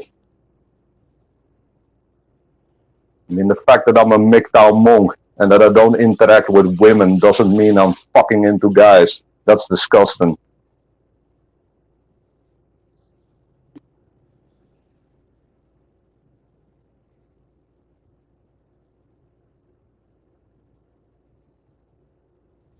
Yeah. Hey, you got a question in the chat, man. What color is your doggy? Oh, he's brown with a black muzzle.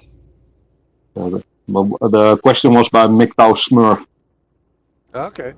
I'll put on a picture of him tonight. But yeah, I saw your streams, man, and you saw me in the chat, man. Excellent work. And we do have to gatekeep this, man. We can't let it be co-opted like the MRAs. That is the lesson that you have to learn from the MRAs. The MRAs were trying to fight the system, and they were like, oh yeah, if we get women on our side, if we got a bunch of fucking people on our side, and then we go and fight the system, then surely they will listen to us. Because if we don't have women, we might look like a misogynist or a hate group or blah blah blah. And what happened? The women all fucking stabbed them in the back, turned on them, and called to the whole bullshit. And that is basically where MGTOW came from. And a lot of people they forget about this, man. They're like, oh yeah, the MRAs are amazing. I don't say the MRAs are bad, but they have their shortcomings. They're not bad. They're not bad. They were just naive. Naive is the correct word, yes. I mean, they have done excellent work to blame the foundation of the whole philosophy. I'm not going to deny that. And I have no hard feelings towards any of them. Only as they were too naive. They let the women in, the women co-opted the whole bullshit, and it basically brought down their own destruction. There's a big difference between an MRA and like a PUA. A PUA is more, yeah, it's more a parasite basically who wants to feed off the sin blood of men. And an MRA generally wants to help. And there's another point I didn't get to with Rusty, and I'll get it next time, is both the MRAs and the PUAs rely on external validation. Yep, that's an excellent one, man. That is a really important one. Your validation should come from within. You're right. 100%, man. That's a good point, Brandon. The PUAs get their external validation by, body count. And the MRAs get their external validation by the success rate of their politics. And both of those we know are doomed to failure because you're not building yourself for yourself from within. You're Yeah, building you're right. yourself up so that you can be seen as larger by the greater society. And you do know why these females promote the whole building yourself up, right? I mean, if you have a better job and you have better muscles and you look better and you smell better and you're a better man by any standards, you're also a better catch for them and they can squeeze you for more money. I mean, the Yep, only reason why you should be a better man and build muscles and stuff is for you, for yourself, to feel better about yourself.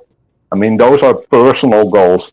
And if you seek your validation from external sources, you will always get fucked that way.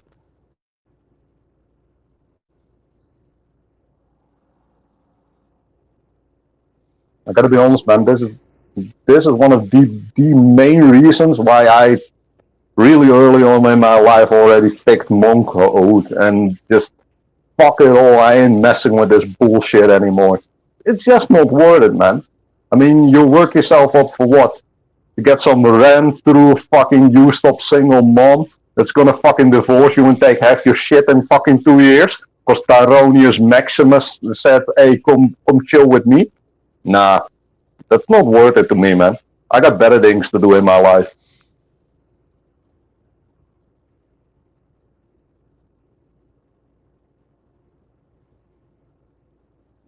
Absolutely. Ah, shit. We lost the guy. What was the name of that guy from Australia that was just on? He's No, still no, here. I'm here. I'm here. Lord I'm here. Jim. I'm just listening. I'm listening. Oh, you're still I'm here? Oh, okay. Yeah. Yeah. I'm Okay. sorry, bro. I didn't want to derail your No, conversation. no, Go ahead, man. not at all. No, no, no, not at all. Not at all. Everything is relevant. Yeah, nothing exists in a silo. Everything is related and affects everything else in the world.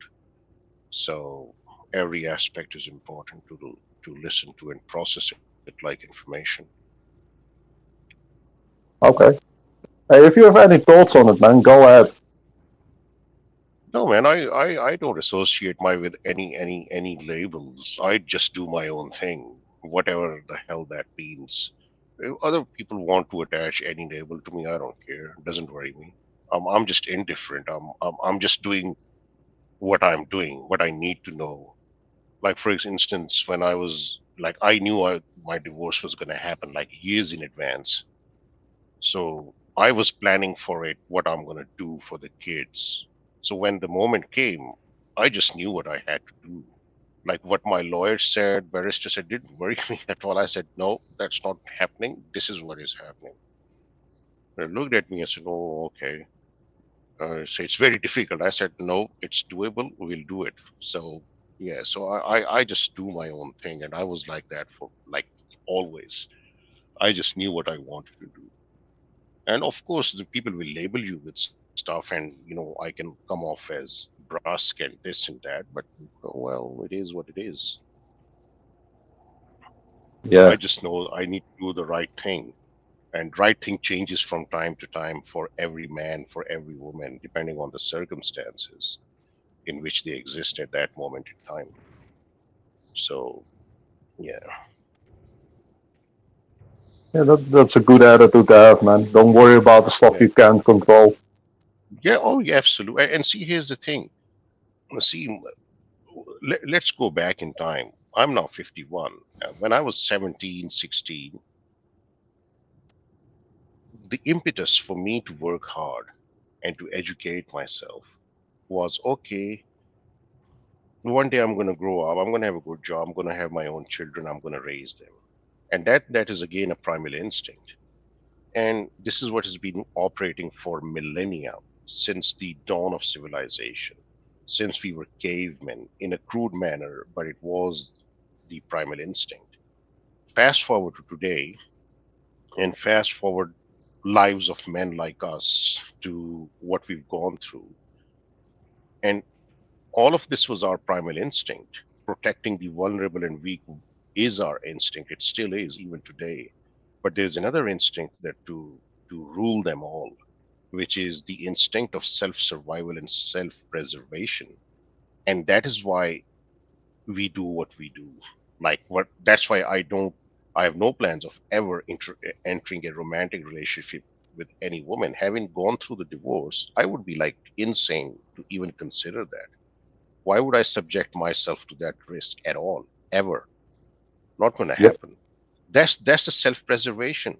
It's not. It does not mean I hate women or I hate society or I'm antisocial. It's my instinct of self-preservation kicking in and making me do what needs to be done to ensure that father of my children survives and does well and stays alive in a good shape as long as possible. I don't care what other people are doing. If my children walk away from me, okay, sure, I'm unhappy. Well, I'm your father. I loved you. But if you don't want me, then that's your choice. You're free to make your choices, but what you're never free from the consequences of your choices, whether it's me or children or women or men or whoever the hell. The governments are not free from the choices and from free from the consequences of the choices they make. Society is not free. So what we are reaping today are the consequences of generations before us who made these choices, which were not always the right choices. Like in USA, you guys now have to deal with Emma with two mums in the military. Jesus, like how is Luckily, Emma I gonna ain't in the fight? USA, man. Sorry. Luckily, I ain't in the USA, man. I'm in Europe, so Yeah, I'm just giving an example. And the I problem with the understand, man. Western world is, yeah. So in USA, like you really sit and wonder, really, like when the battle is happening, you you need to do like real fast thinking, real quick, or you are dead if your enemy isn't dead. So so that's why they are having. You should listen to all these American, like there's a Colonel Doug McGregor and Richard Black, senator, and I was listening to their talk and chat, and apparently there's a big recruitment crisis for the U.S. forces and Navy, and rightly so. I'm not surprised, man. I mean, No, not at It's all. true. It's true. It's true. Yeah, absolutely. Because what will happen if you give promotion to people based on their gender or their racial identity instead of competence? You get what you got today in the US Army, unfortunately. yep. And if you haven't I, listened I to Brandon to Doug McGregor, I highly recommend this guy. He should be the president of the United States, to be honest. I was in the United States Navy, and Oh, you I were? s- Oh, there you go. So you know it I firsthand then. I had I had a very positive experience. I got my degree, but now Hmm. they're promoting that if you join the Navy will pay for your gender reassignment surgery. Okay, Oh, That's Jesus. that is one of their promotions. that's horseshit. That's how they're trying to get their numbers up. Yeah, I'm a different generation, man. I'm in my mid-30s, and luckily I hear so many people in my generation just say, why the fuck would I fight for this Western shithole? I mean, all they do is fucking shit on men. That's all they do. They basically tell you you need to be disposable and you need to sacrifice for this fucking country. Why the hell would you do that? I mean, my country hates me. And they tell me all the time how Absolutely. toxic I am. I mean, I have muscles, Absolutely. I'm white. Why would I? See I'm that not. this was one of the first thing that really shocked me when I came to Australia, because I realized in all advertisements and every talk show they're just denigrating men, demonizing men. Men are bad, toxic, toxic, toxic. And I was shocked. I was new, so I didn't know what this phenomena was. And I was shocked, like no civilization can survive if it demonizes its own men. It's only a matter of time before there is a total collapse. Fast forward Yep. to today, and then I saw that Gillette ad, like that was a few years ago, and I said, oh, I threw away all my Gillette shit, man. I've never purchased any Gillette product since that day, not a single thing. No, fuck a glad, man. I know what you mean. I saw that ad. Yeah, The same with the fucking Bud Light ad. Yeah, I mean, I have a rule, man. If companies shit on white men, I ain't buying their products because they're not representing me. absolutely, absolutely. Absolutely. And then there's this thing, oh, we are white, so we must be racist. I resent No, that because white people in Australia, I've been in Australia for since 2008, and people have gone out of their way to help me, like really when they did not have to do that. So, like, yeah, they're just racist in every place, every nation, every religion has its own share of assholes. That doesn't mean everybody's like that. let me ask you a question. Do you know where the term racism comes from? Oh no, no, man. I don't know. Must be The some ter- very interesting background to it. Whatever. yeah, it basically comes from communism. It's a way to divide people on their skin color. Let's face it, Mm-hmm. man. Let's face it. We're all men. We all have our best self-interest in heart, and basically, we everyone prefers people that look like them. I Oh yeah, mean, that's a natural instinct, man. That's a yeah, natural that instinct. Absolutely, yeah, absolutely. and they've weaponized every little thing against us. It's fucking us against women. It's us against people with a different skin color. Everyone needs to Mm. go into little boxes. And the whole point is so you don't identify with your national identity, but with your group identity. And that is basically the start of communism and Marxism. Yeah. Right, and it's been carried on into the modern day with the growth of intersectionality, Yes. and they've codified it, and now it's being implemented and become systematized. Yep. Yep. It has already become quite deeply entrenched in all the systems, like this critical race theory. And yeah, it's really yeah. And see, my question always is like you want the best man or the woman for the job. It shouldn't matter what their identity is and whatever the basis of their identity they choose to be. It's just bizarre. Like this is obvious, They're but not interested apparently in. obvious. Yeah, apparently obvious is no longer obvious. So They're not interested in the best person for the job. You need. They have a whole list with boxes that you need to check. yeah, And if you have one of these special things, or if you're a fucking homosexual or something, then you get special privileges, and then they want you for the job. But then mm, again, man, let these fucking weird transformer people fight for the country, man. I'm not dying on some fucking shithole battlefield for this fucking global homo bullshit. I mean, I do understand from the older generations that there was a will to fight for the country, but the way the country is now going, nah, that will is long gone.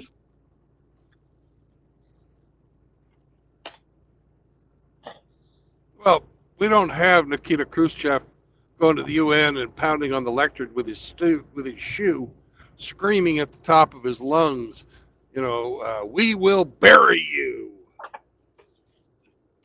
You know, it's just we don't have that type of a threat hanging over us mm. in the West anymore. Yeah. But the military industrial congressional Oh, complex it's must keep it fucking alive. horrible. Yeah, because otherwise they will lose all the money they are making. Yeah, It's like the they have a pharmaceutical complex. ready-made. Yeah, Yeah, it's another that's another portion of it. Pretty much yeah, every industry that has government support is a way to launder money and absolutely. redistribute wealth and destroy the middle class. Yeah. Brandon, I think you can have Hammy in the back. Oh, okay. I've got a Detroit diesel in the front, but You know what I mean. I know what you mean. But I had to make a joke. I understand, man. At least it's reliable, man. A nice big fat Detroit diesel. Yeah. This baby's pushing 439,753 miles right now. Oh hell yeah. That's almost 1,000,000 kilometers, so good stuff. Yeah, yeah. For a She's truck, running that's like barely broken in, man. yeah, she's running like a champ, pulling freaking 38,000 or 38 tons today. 38 tons. We're a little light.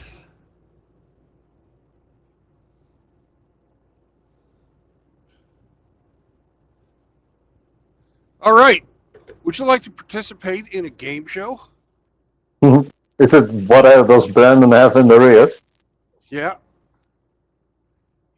Yeah, why not? Hemi? I had to leave the last time, but this time I'll play. I'm All right. down. Hemi, Grinch, are you guys awake? Yep. All right. I'm not hearing from Grinch. I guess Grinch isn't going to play. Well, it's not gay. It's not queer. What the hell's in Brandon's rear? It's not queer. It's not gay. Come on, everybody. Are you ready to play?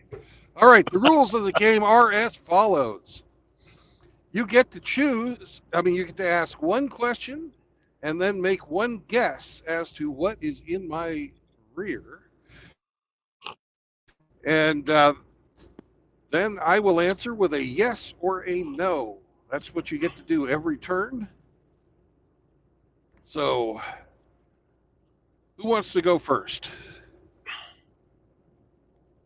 Is it liquid? Okay, you're going first. And I'm sorry, but what was your name again? Lord Jim. Call me Jim for now. Okay, Jim. All right, it'll go Jim, Tim, and then Hemi. All right, is it liquid? No.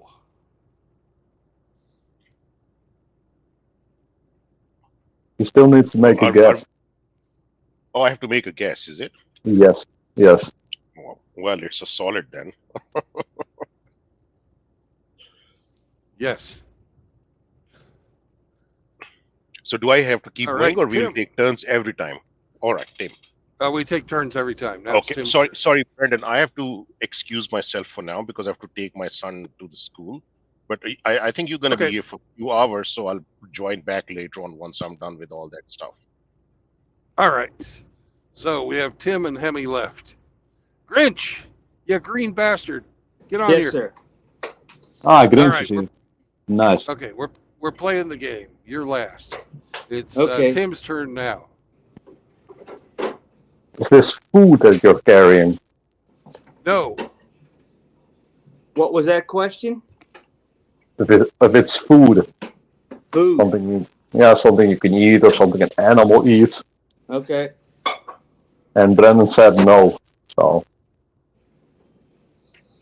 is it cardboard boxes again? No. That was my guess. So, Emmy, you're up, man.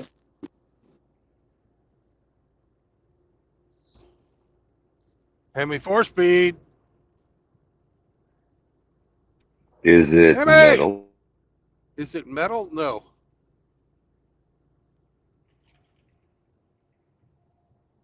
Mm,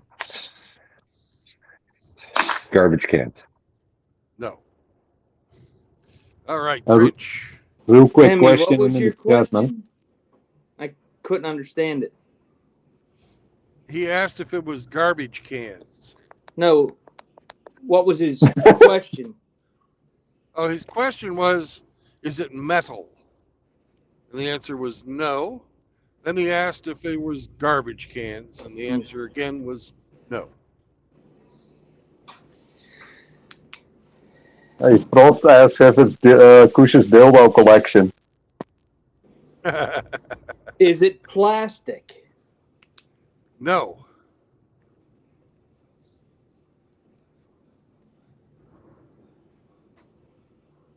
And it's going to Stillwater, Oklahoma. So I will ask, my guess is chicken feed. No.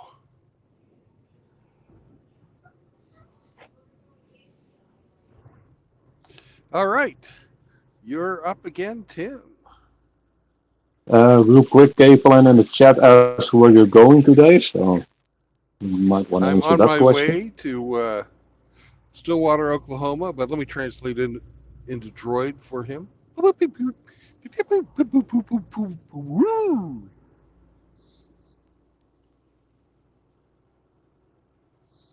All right, Tim, you're up.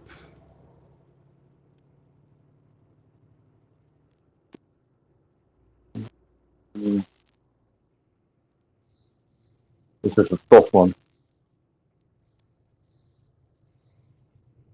Can you Well, I craft gave a stuff hint. with this, like wood Is it or craft? metal? Yeah, can you craft stuff with this? Would this be considered hardware, like wood or metal or bolts, nuts, stuff like that? No. I gave a hint earlier. I don't think you heard it. The hint was, you guys will wonder why the hell somebody is paying to ship this across the country. Okay, yeah, I didn't hear that. To say something like that, I would say it was something like garbage or something. That is my guess. No, it's not garbage.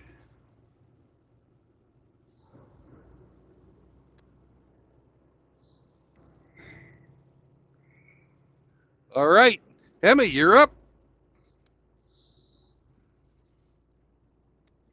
Is it dirt? No.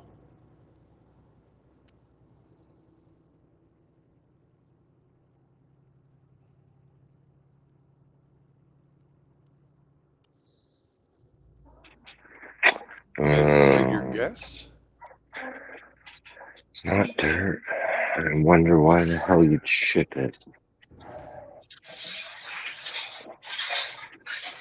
Is it bad Californian ideas? Is it what? Bad Californian ideas. No, unfortunately. Those No. get put out freely. And sometimes they even make money off of those in the form of entertainment. Music, films, television series.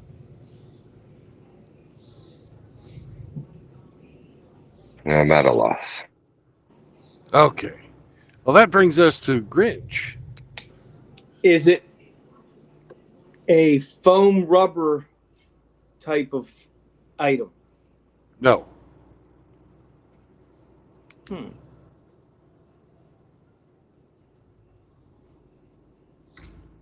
And one guess? And my guess would be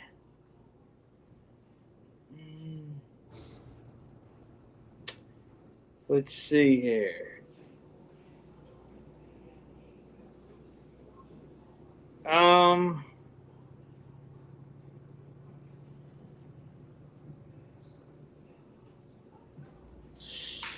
It's not liquid, so it can't be that. How about some kind of flavoring? No. Okay.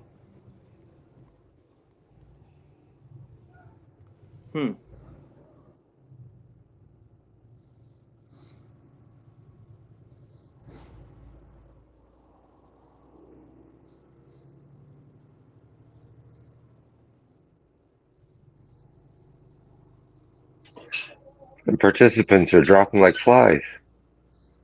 Oh, no. We lost Tim? It's not flies. Well, that's no Gouda.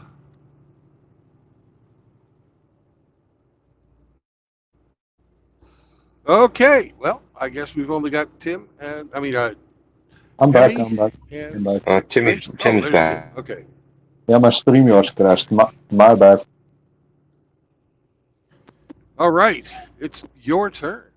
And I think it's time for another hint. Grinch's roses would love it. Grinch's roses would love it. Is it manure? No.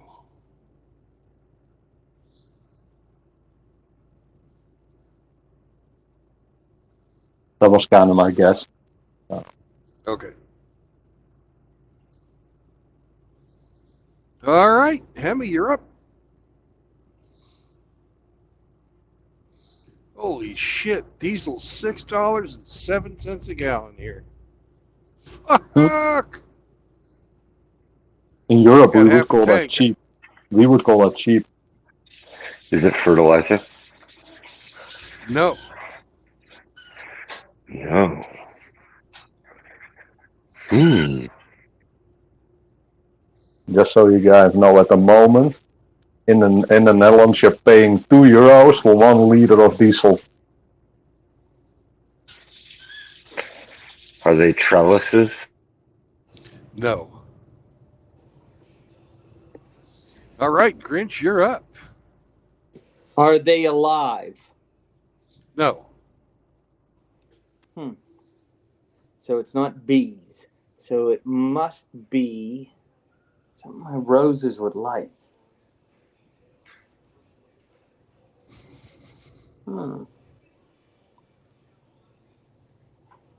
Not fertilizer. Mulch. More specific, but you're in the right direction. More specific than mulch. Geez. Cypress mulch. No.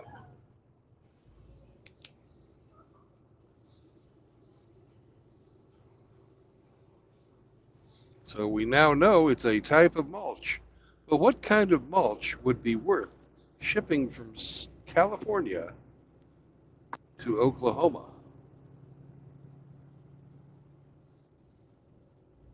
That is a really good question.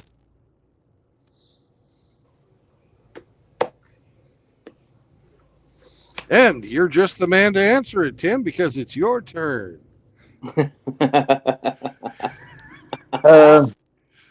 Is that I don't want to sound stupid, but English isn't my first language. But what can you use a different word for that? Or give me the definition for that? Mulch is, it's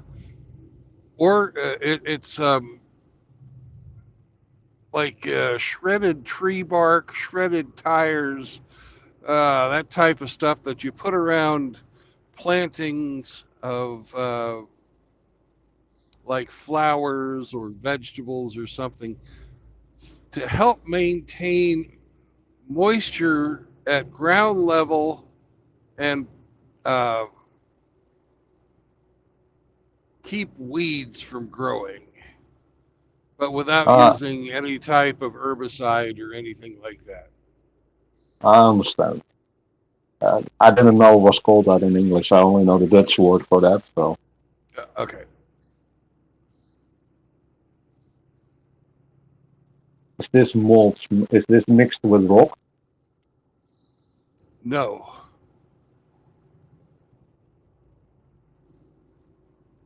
Then I have no idea what kind it would be. Okay. I pass. I don't know. Hemi All gun. right. Hemi, you're on the spot. Can you figure it out? Do you have what it's got? Or perhaps not.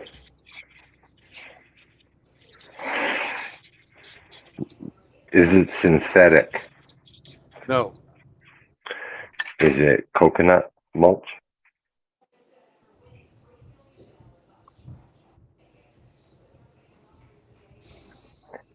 Is it coconut mulch? No. I'm sorry, it is not.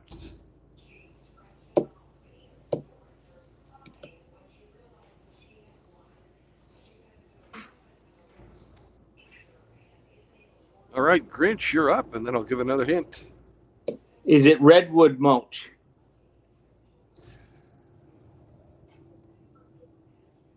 Hang on a second. Trying to stop the truck without fishtailing. No, it is not. Oh, wow. Redwoods are a protected species. New uh, new forestation of redwoods is against the law in California.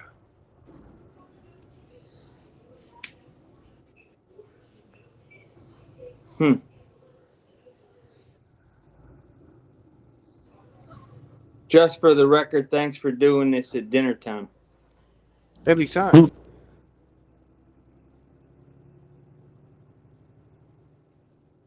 I really have a question, so I'm gonna make a suggestion. Is this cedar munch?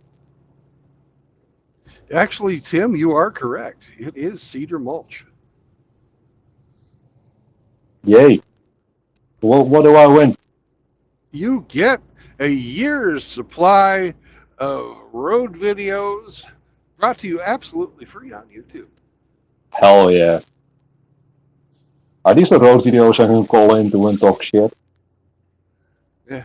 You can also talk shit on your fellow MGTOWs. You can say, like, it's not queer, it's not gay, I'm the bastard that knew what to say. See? And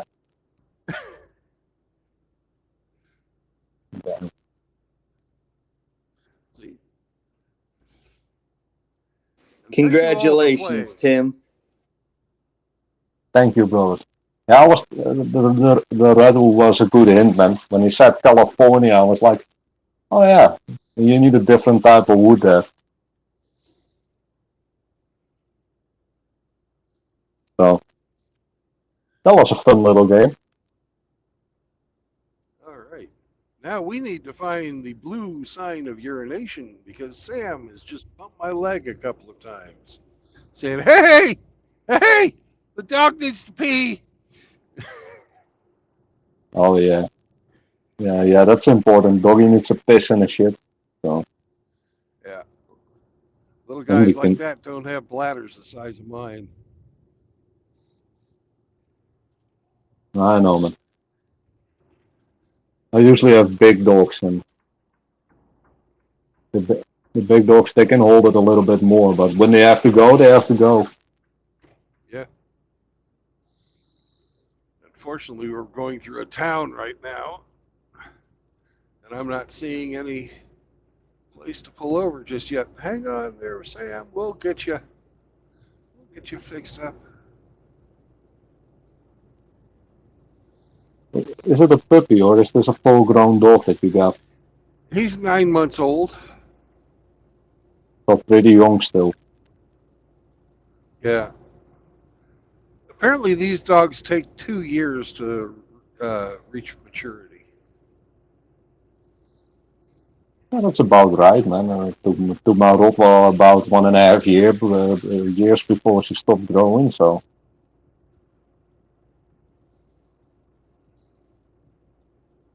Yeah, I've never had a Chihuahua before. my ex-girlfriend used to have one, and that's about 1.5, 2 years before they stop growing. If you train them right, they're perfect dogs, man. But if you spoil them, they're terrible. Oh, that's the same with any animal. Yeah, that's true. And human, for that matter. Oh yeah. I mean, just look at all the spoiled fucking people you have in this world. Who want all the free shit and all the free give-me's. Yep. And all these people that go around doing horrible things and don't believe there should be any consequence. Yeah. Yeah, that's fucked up, man.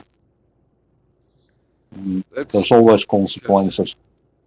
because they haven't had a dad to fucking give them a spanking when they were little. Even even And without they, that, man, they have no empathy, man. I mean, think about it. If you have a little bit of an IQ, you can think, hey, if I steal this fucking bike right here, I mean, how would you feel if someone comes and fucking steals your stuff? I mean, but they don't give a fuck about that. They just want free shit. that and at school, nobody really probably ever punched them in the face because they run the place like a fucking prison these days. Don't get me started on school, man. My school was like junior fight club. Holy shit, man. This was like I had to fight every day. I went to school with some Yeah, we absolute fought at fucking my assholes. school, but it wasn't fucking crazy, you know. You had a beef with somebody, and at that period of time, if you got caught fighting by the principal or the teachers or anything, they'd let you finish it, and then they'd make you stand up and shake hands. Oh no such thing in my time, man. It was pretty wild, man, and they didn't no shaking hands or anything. It was just fucking go to detention, and they don't even care why the hell you were fighting. Didn't even care if you were defending yourself. So I basically told my parents about the whole situation and how people were trying to fucking test me. So my dad had to make a little visit to the school, and he basically told all the other parents and the fucking teachers to fuck off, and my son isn't getting punished for defending himself because he's doing the job that you as a teacher should be doing. I'm so glad I have fucking parents with an IQ. And legit, man, I wasn't fucking promoting these fights, man. I was just defending myself. If someone wants to fucking steal my shit and fucking beat me up, I ain't fucking taking that.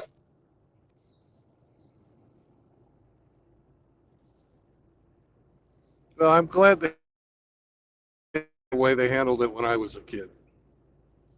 It was, the fight happened, you fucking solved it right then and there. There's no fucking around. There's no, oh, you're going to get this punishment if you do that. No. You're going to fight, and whoever wins, and then you're going to solve it and put it behind you. Yeah, I'm from a generation of... Go ahead, man. Yeah, there'll be none of this fucking repercussion bullshit. Solve your own damn problems, boys. Yep. That is the better way, man. Yeah, go ahead, Tim. I'm sorry, that's the connection. But that is stepped on you. No worries, man. It's the better way, man, what you are speaking about. In my time, was just fighting is 100% wrong. And if someone steals your fucking bag or steals your fucking wallet or anything, or even steals stuff from your locker, you need to fucking report it, and you're not allowed to do anything about it. If you go after the guy and beat him to shit and take your shit back, then you're wrong as well. That's how they fucking told me. Yeah. But I knew early on, man, that's bullshit. That's fucking horseshit. If they're not gonna fucking give me my stuff back because the kid swears high and low that they don't have my fucking wallet, but when I beat it out of him and I get my wallet back, he magically had it in his back pocket. I mean, then I'm doing the teacher's job, basically.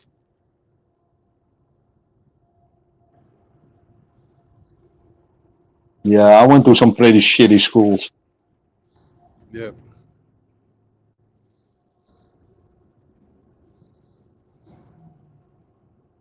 And of course, man, 99% of the fucking teachers were females who in their heart of hearts believed that fighting was wrong. Boys shouldn't fight, they should sit still and fucking take ADHD medicine to behave like little girls. Fuck them bitches. Yeah, man. Fucking Marxist indoctrination camp. Oh, I'm sorry, did I say that out loud? I meant it. Say it again. Yeah, it's fucking Marxist indoctrination camp.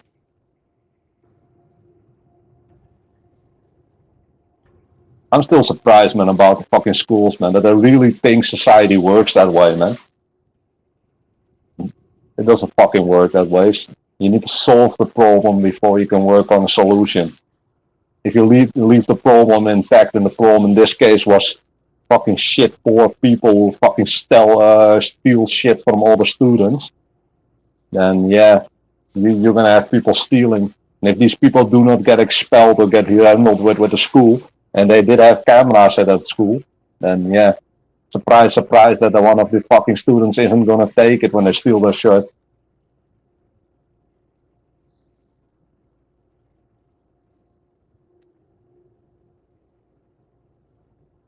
Go ahead, man. I'm feeling sorry for Sam. Yeah, I know, man. Through a larger town called Modesto, and there's absolutely nowhere to let him out. Is there not like a gas station that you can stop at? No, they're not for they're not for trucks. Well, that sucks. You get a fucking ticket. I'd rather clean up piss, I mean, he's not that big. Can't you have like a little box for him or something? He's a dog. I don't think he'd use a litter box.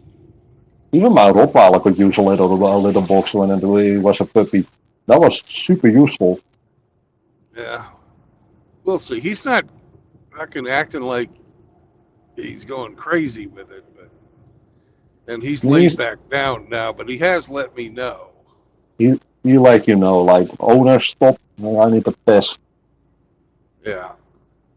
If there was a place to pull over, I would.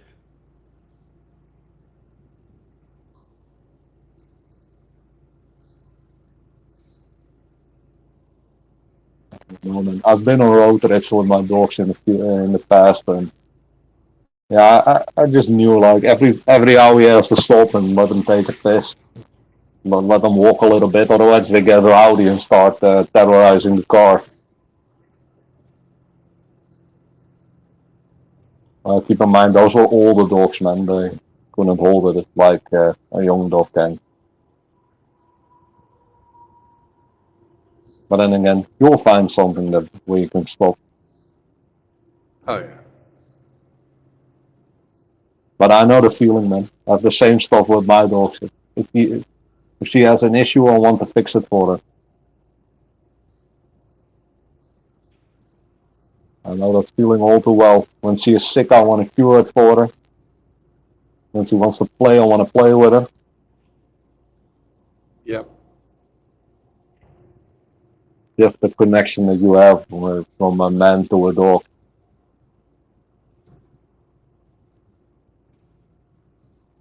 But it is amazing that you found a dog, man.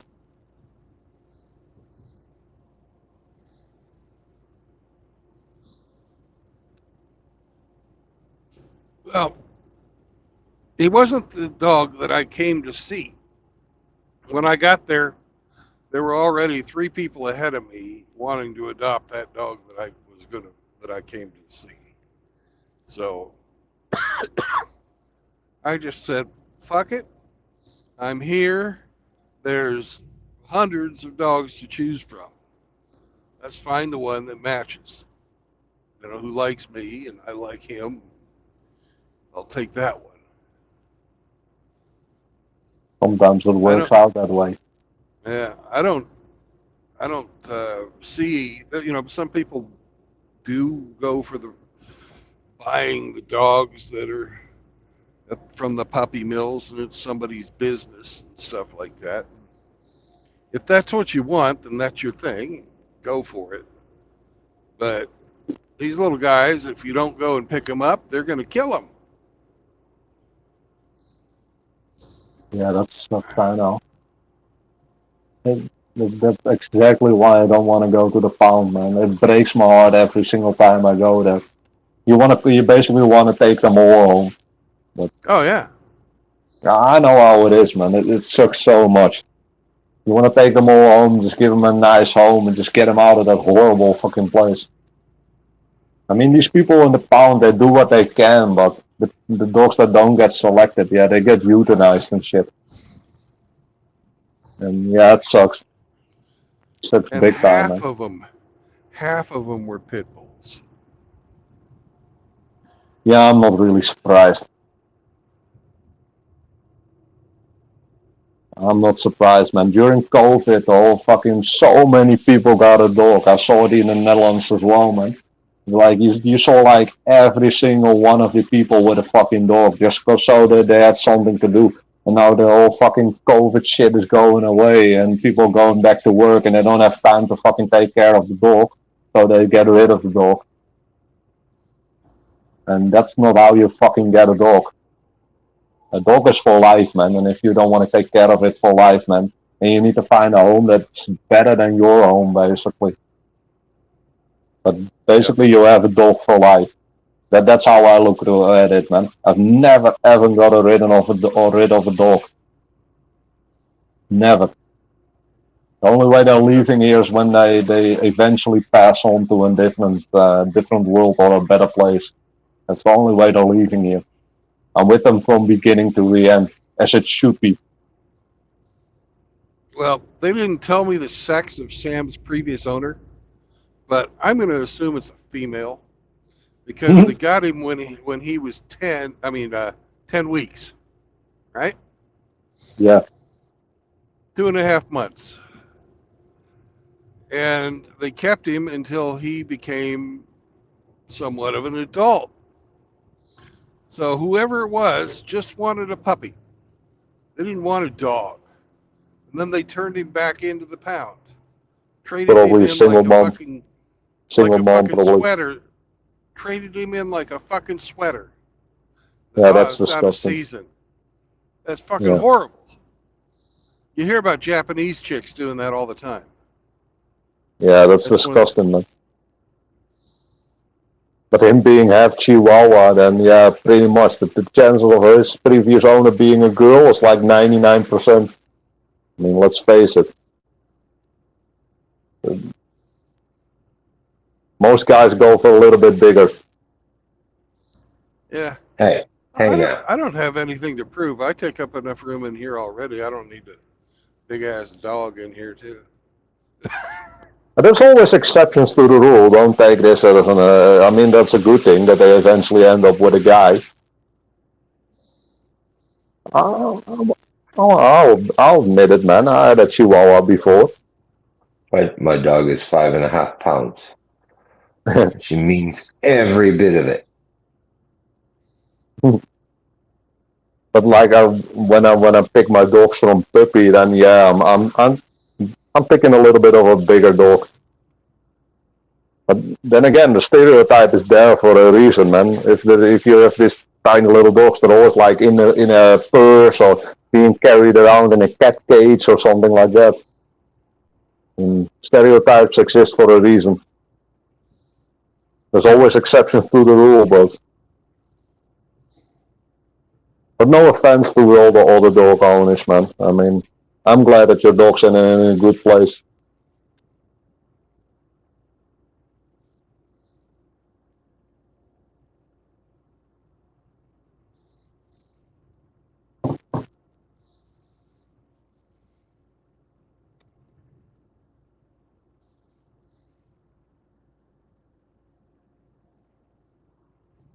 Anyhow, guys, it's time for me to leave.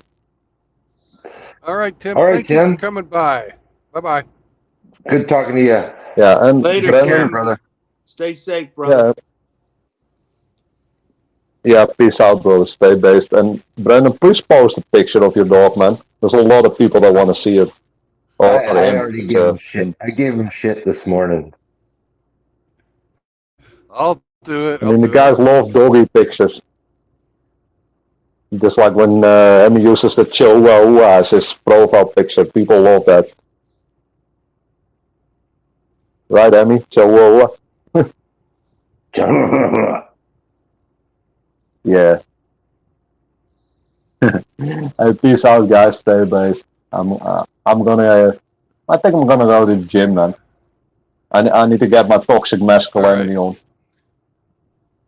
Good. Hey, All All peace right, right, out. Sam. 6 miles. Take care. 6 miles, Sam. Hang on, buddy. Ruff, ruff. Blue sign of urination in 6 miles.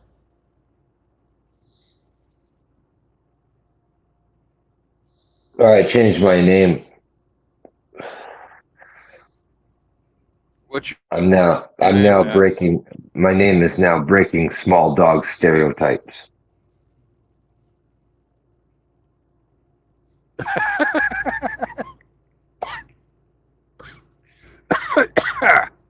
You need to change my name too, then.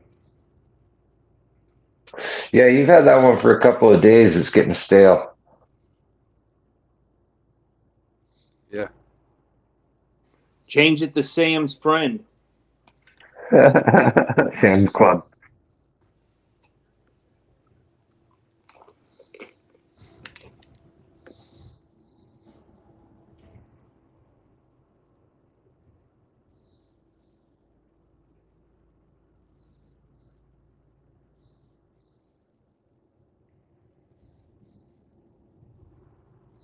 Sam's poop picker.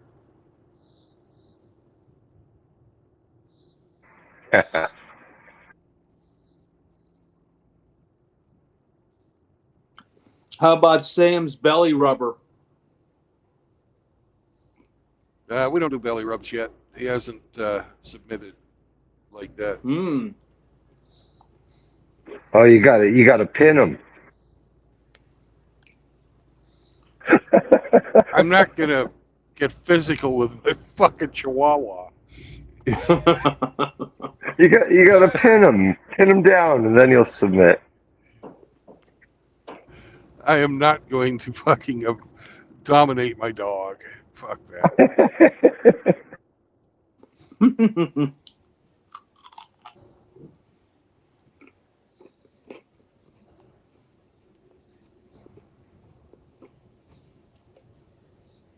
You know, it's bad enough that he's dependent on me for everything. I can imagine the humiliation of freaking being physically dominated on top of that. Nah, I'm not going to do that to an animal.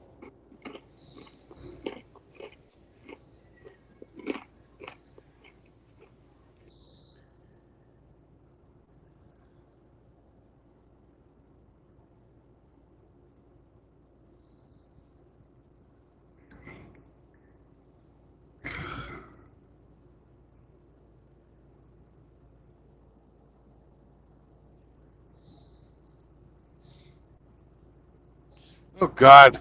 There's a Tesla truck.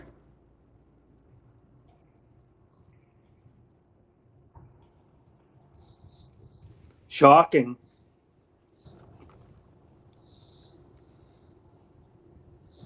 Don't They worry, are you'll just- pass it when it runs out of power. Yeah, they are just as ugly in real life as they are on the internet. Hmm.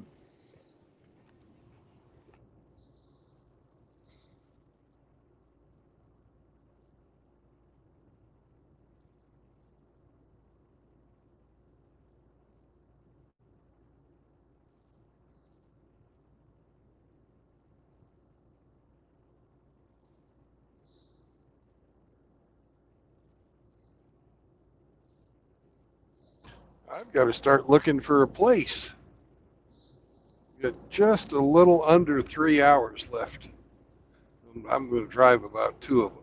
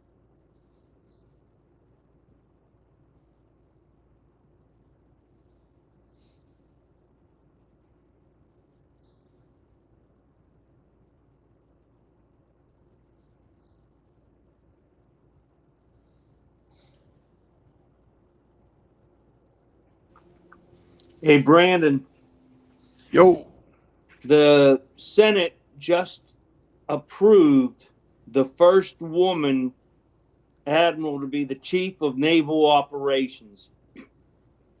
is she a combat veteran? It didn't say in the article. I'll have to research her.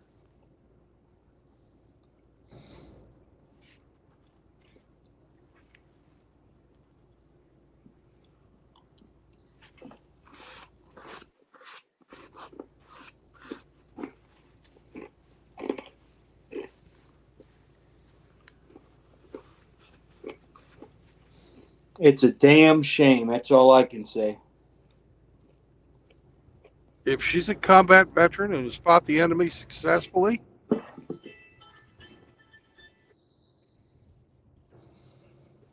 demonstrated leadership and the ability to lead men in battle, I don't have a fucking problem with it.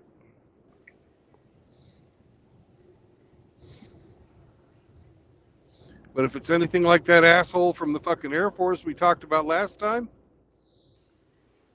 He's who now had the never been chairman of the Joint Chiefs. who had never fucking been in combat, but only got fucking participation trophies. Yeah, I'm he not has for not that. donned one enemy plane.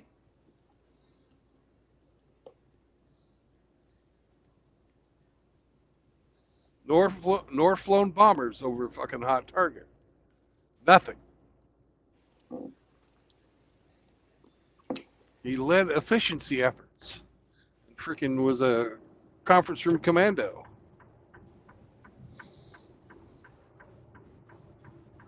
Here we go, Sam. Oh, thank God, I couldn't hold it any longer.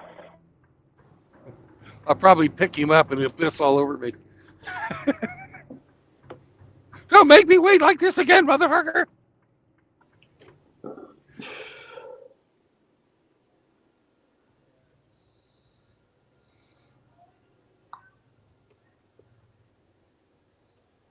I guess these guys can't read the sign that differentiates between trucks and cars.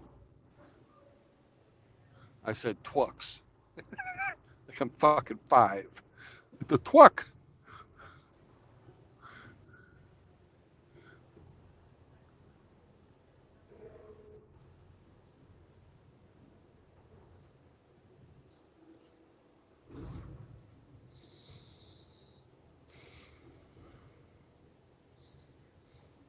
A twuck and twailer.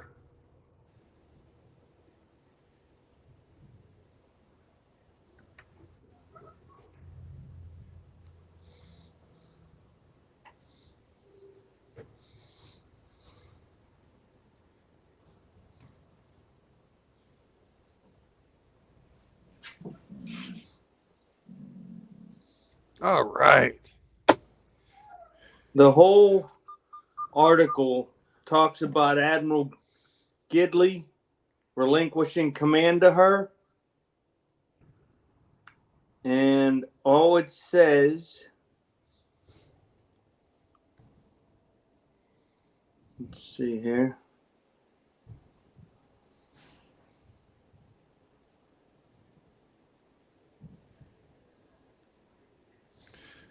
All right. You guys will be able to see Sam in just a second.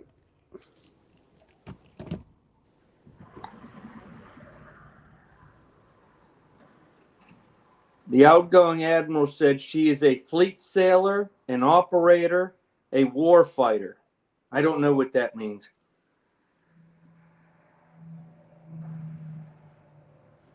Let's see if I can find another story about her.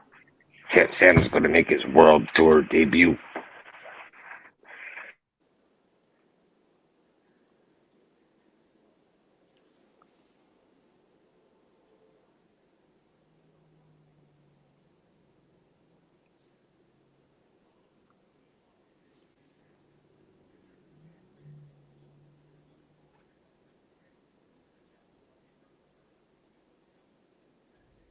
Look at Brandon carrying him like a purse.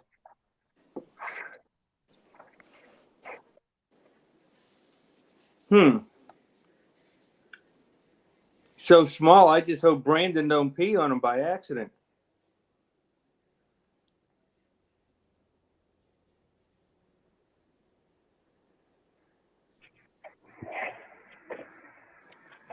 Puppy dog.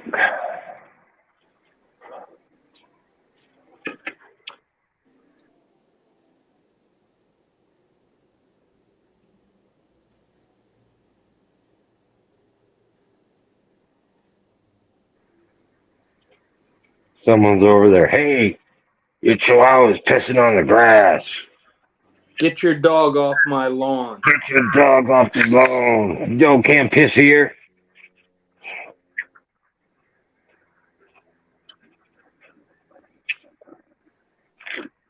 You pick that up.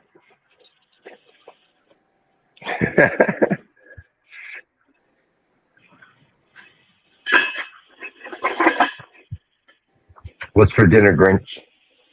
I had breaded chicken strips and Onion rings.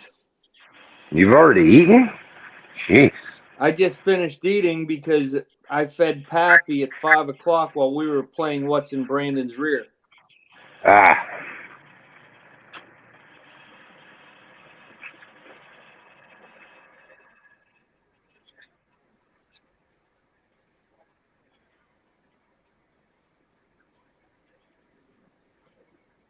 I was close, but no cigar.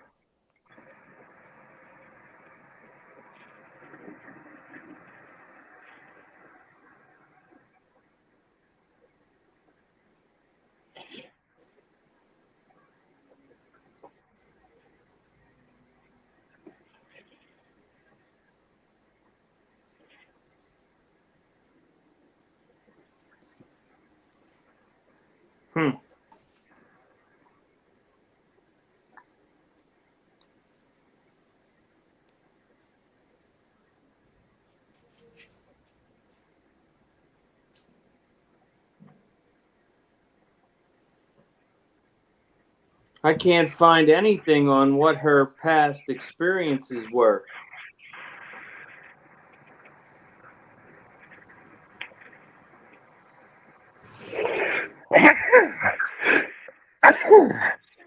Bless you. Thank you. Isn't that odd? Usually when somebody takes command, they post what their highlights of their career was. You know, like if you were the commandant of the Marine Corps, well, you were in charge of you were a platoon commander, then a company commander, then all the way up to a division commander, blah, blah, blah, blah, blah. Or if you were a pilot, then you became captain of a aircraft carrier before you became an admiral. But I can't find nothing on this woman. Almost like they're hiding it. Maybe she has no accolades, no pedigree. Well, that's like the General Brown. Yeah. He was an Air Force fighter pilot with no combat experience. Oh, like George Bush. And then he ended up becoming the chief of staff for the Joint Chiefs of Staff. George became president of the country. Yeah. The difference is he never claimed to be something he wasn't. He just said that he was a National Guard pilot. That's all he ever said. He never said he served in Vietnam or anything.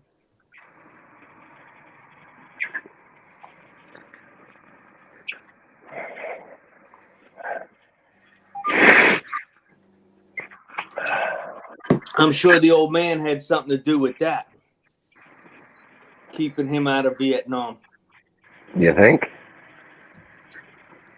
Well, Keep them both out.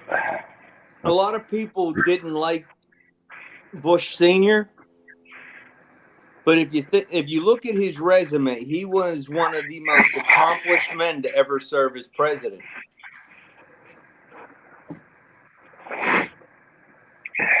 Pilot, combat experience, congressman, CIA director.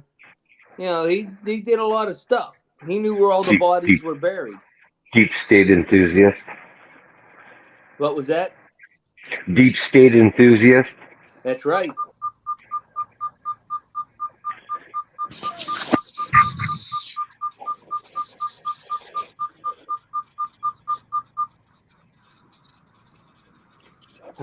So now that Sam's done, it's now Chloe's turn. Don't laugh, Chihuahua will be next. She was out just about 20 minutes ago. She's good. Gone back to her resting place.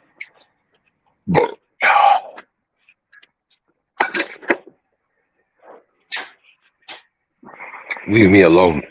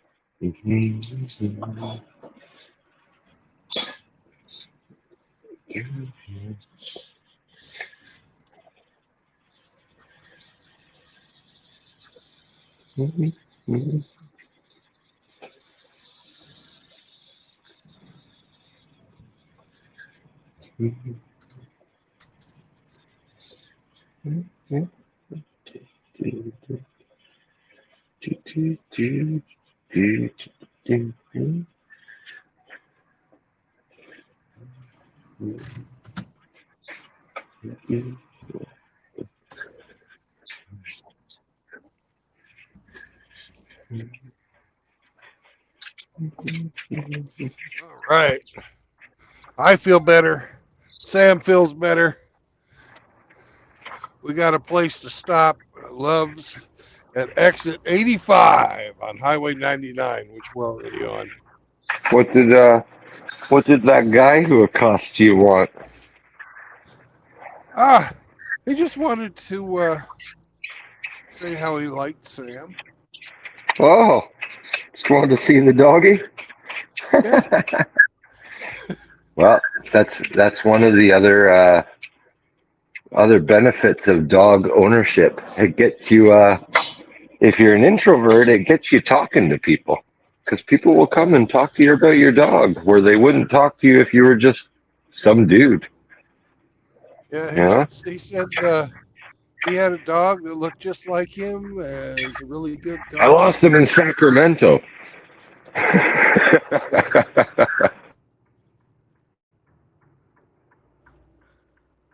So Yeah, the dog looked just like him. I asked him, what kind of toys did his dog like? Because I haven't found anything that Sam wants to play with.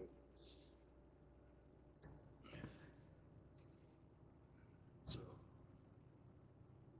he's not interested in balls. He's not interested in a little stuffed animal. Have you tried a rock? I haven't tried a rock yet.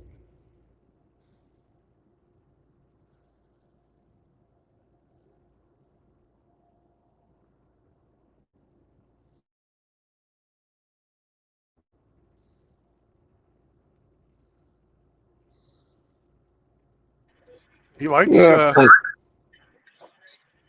sort of playing with your hands. yeah. Well, mouthing on your hands. No, batting them with his paws. Oh, okay. So, and he likes to get in the way when you're trying to do stuff. That's funny. You can just see him laughing. You know.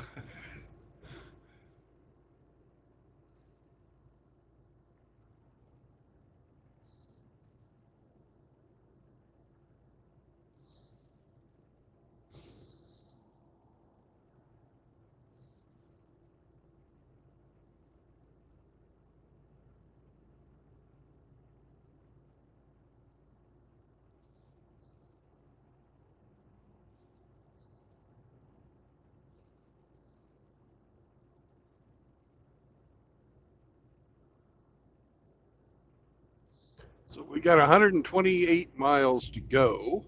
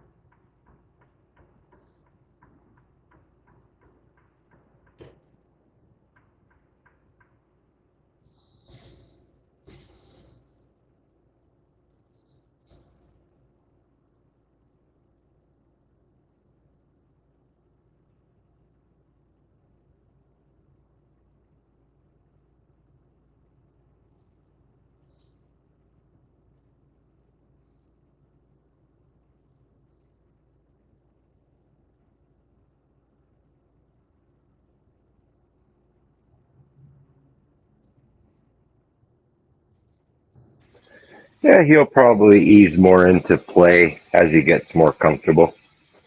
Yeah.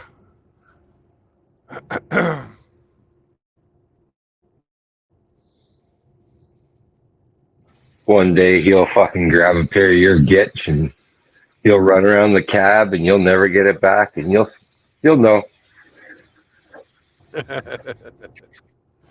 Yeah. Ah, he likes balled up socks.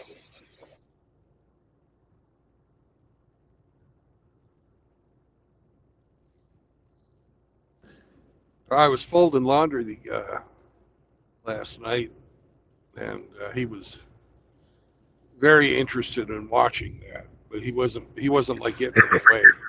That was like TV for him. Yeah, yeah. What you doing? It's like, oh wow, you take the long socks and you make them into a ball. Oh, that's fucking amazing. Do it again. Do it again. Do it again. Yeah, yeah, yeah. And Simple thing. he likes to get behind you and then poke his head around and watch what you're doing. Okay. And you feel the little tail. You feel the little tail wagging against your back. It's like, Just let me peek a little bit. Right on.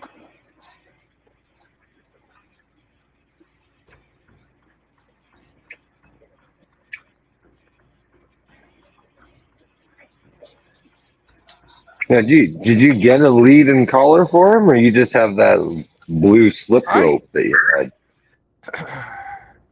I looked for a little what you would call it, harness for him. A harness? Yeah, and I could not find one in his size last night. So that's on my to get list. Oh, God, here we go again.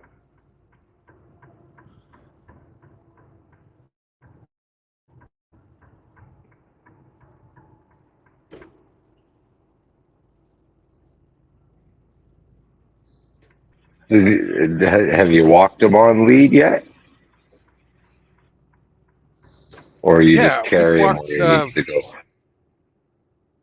I carry him when he is reluctant to go where I want him to go, because I don't want to choke him out.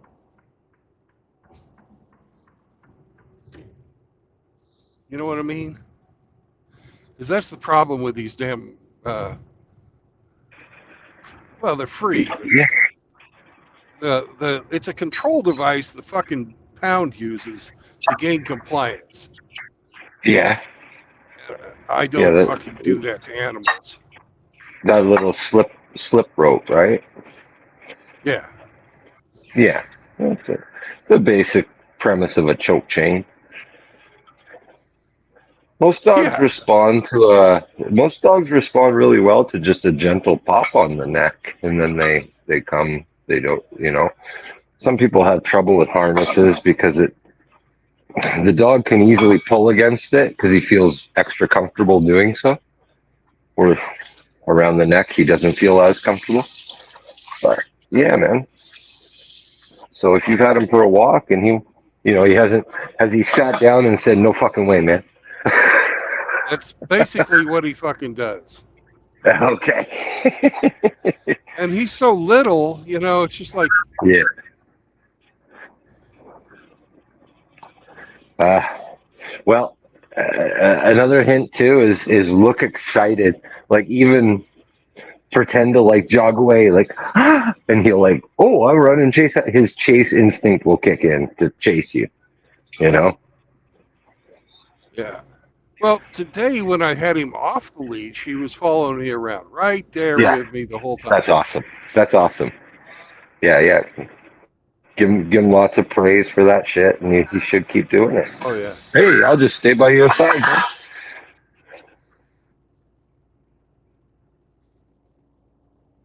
I'll stay with you. You got the pork rinds.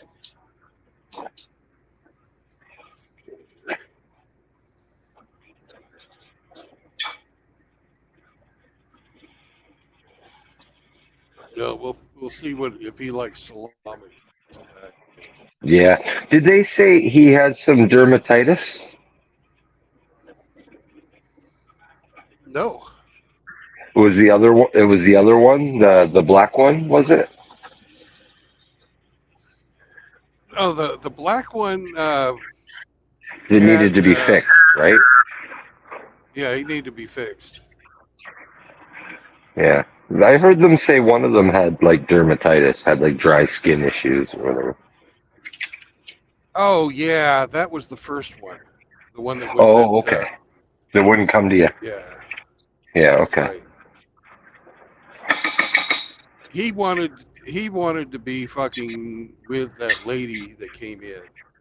That Probably had a lady owner. Probably. Yeah. And he definitely wanted to be with the lady who was fostering. Oh, He didn't okay. want to be with anybody else because I'm sitting placidly in the chair and he gets, right between me and her and is growling and barking. Yeah, protective of her. Yeah, okay. Yeah, which Yeah. great Well, traits. They don't understand the foster concept, No, As they far as don't. that dog concerns, that foster is his owner until she fucking gives him away. They don't get that Yeah, concept. it's better than being in the pound, just Sure, locked up sure. in a cement cage. But it's still hard on them. Yeah.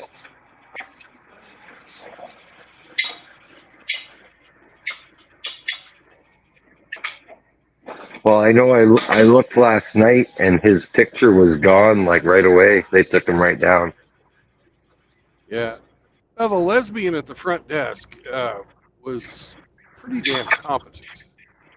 Okay. She had her shit together, and she and that one guy Eric who brought the dogs to me Yes. were really the only two people working. Everybody else was just there, kind of fucking putting in time. Right.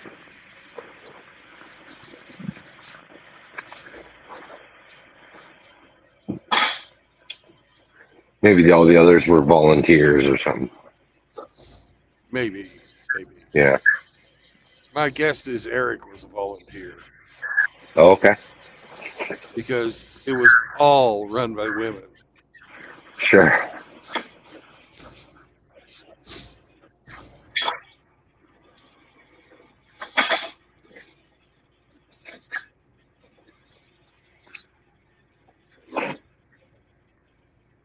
Did they say he's got any food sensitivities or anything that they know about? No.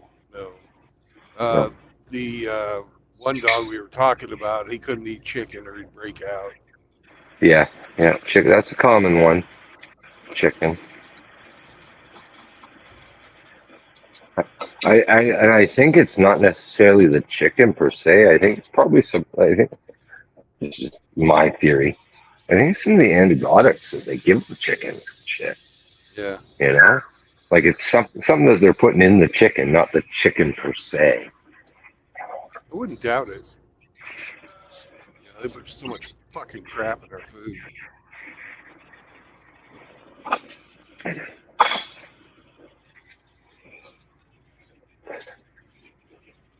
Little Sam's gonna love the crock pot, I'm sure. Fuck yeah. And it's smelling good. Smelling good. Oh, what are you cooking today? I've just got the stock going right now. I Oh, got okay. I got some beef bones. Mmm. I'm getting all the marrow out of them. Yeah, making some broth. Yeah. That bone broth And of is course, really good for you. yeah. And then we of course have bones left over afterwards. I was thinking. Well, with cooked bones, make sure they're really big. Yeah, they're 'Cause rib bones. they tend to splinter. But if they're beef, they're big, right? But like Yeah. cooked chicken is a no-no because fucking breaks.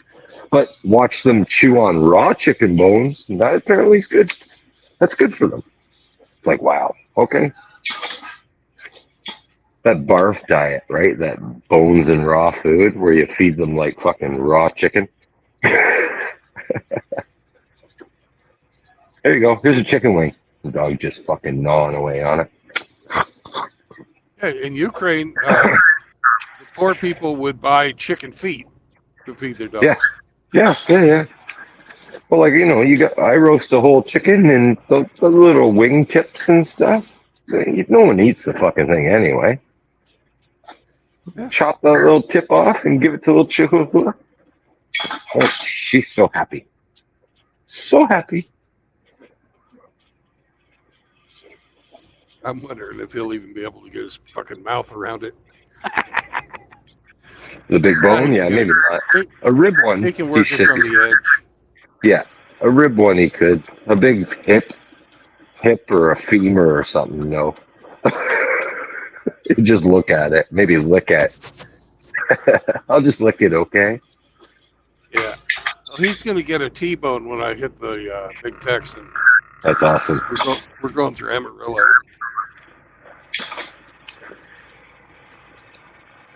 Now, when you've left him in the truck, does he freak out? Bark his falls off something for you, or No. is he cool? No. He's cool? Cool. He's cool.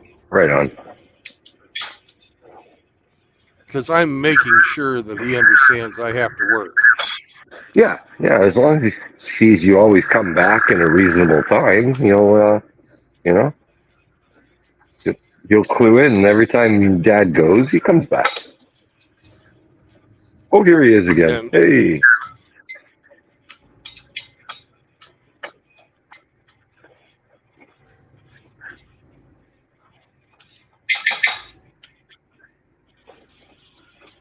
That's good. Because little like when dogs, I had to work. separation anxiety is a very real thing in little dogs, man. Yeah. They kind of panic when you leave them. Oh no!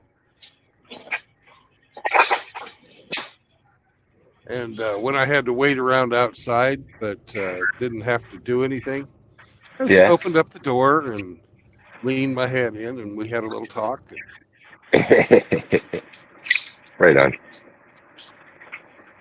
But I got to remember not to keep my pen in my fucking overall top pocket anymore because I broke a pen today leaning against the truck. Ink everywhere. No, I got it out before anything. Good. Happened. Just the plastic part broke. The cartridge didn't come up. Right. Okay. I'll be so glad to get out of this polluted shithole. I woke up this morning and drained about a half a ton of snot out of my fucking nose. By that you mean California? Yeah.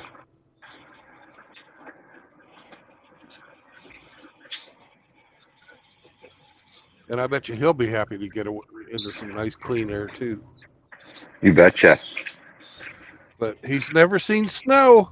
Hell, he's probably never been cold. Well, guess what, puppy? You're in luck.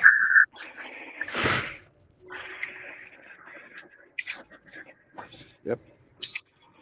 Going You see? everywhere. Can you see him? Can you see him traipsing around the homestead? Oh yeah. But I'm not going to let him out at night. Coyote Owls. Owls. Yeah. He'd be What did fucking I prime- do? Nothing. He'd be Okay. a prime, target for a fucking owl snack. Okay. Yeah, he's about the same size as a squirrel, right? He's a bit bigger.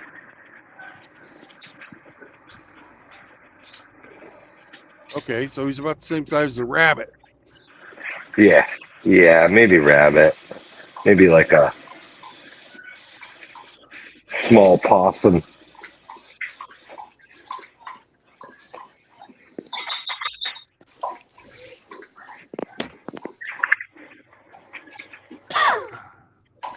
Yeah. some big raptor will come and take that dog away. Up in the sky. Yeah, the biggest birds we've got are those owls. Those barn owls are fucking huge. Okay.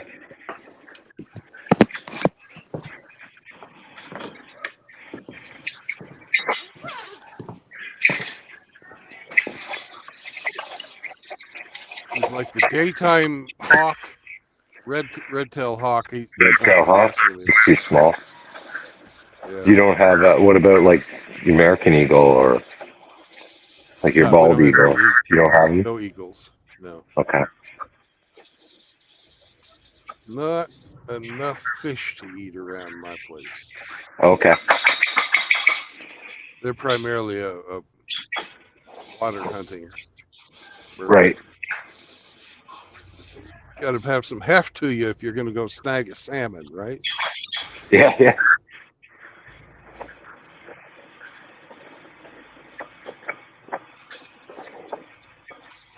Do you have like osprey? Not that I know of. The biggest birds we have, but they're not fucking hunting animals. We have egrets, Okay. Yeah.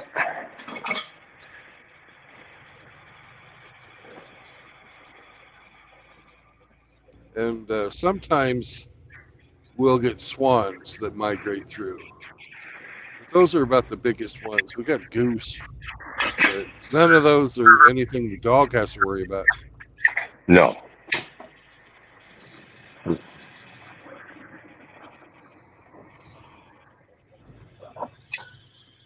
Oh, we also got heron.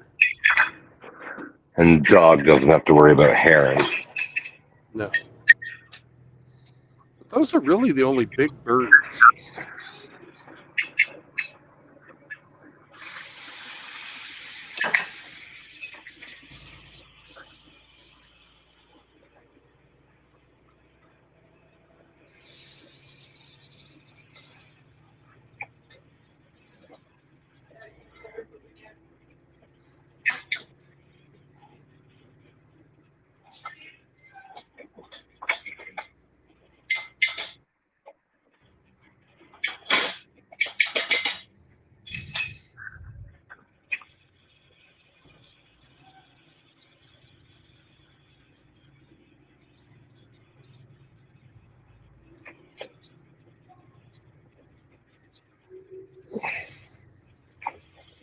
Oh.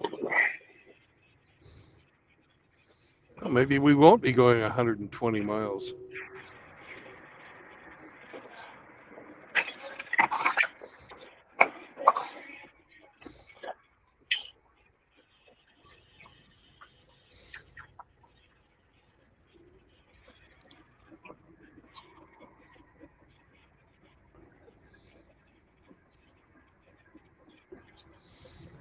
Hello.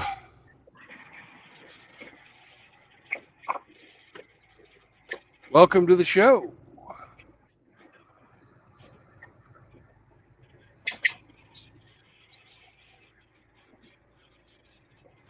Who's here? Who's here? I don't know. I didn't read it. Oh yeah, hi guys. Hey, Brandon. Hello. I'm back. Can you hear me? My mic Yeah, we is can hear double you. muted. This Yeah, is Jim. yeah, that's a character from Joseph Conrad's novel by the same name, Lord Jim. Welcome back. Yeah, good to be back here. Some chat about steaks and meat was going on. So I'm a very carnivorous, a pure carnivore, so to speak. Big fan of steaks, especially when they're done on coals, not on the gas grill.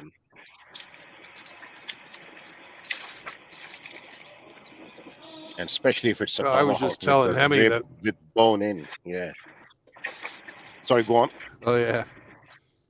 I was just telling Hemi that I was boiling or getting some marrow out of some bones right now, boiling some bones. I'm gonna make a beef broth. Mm.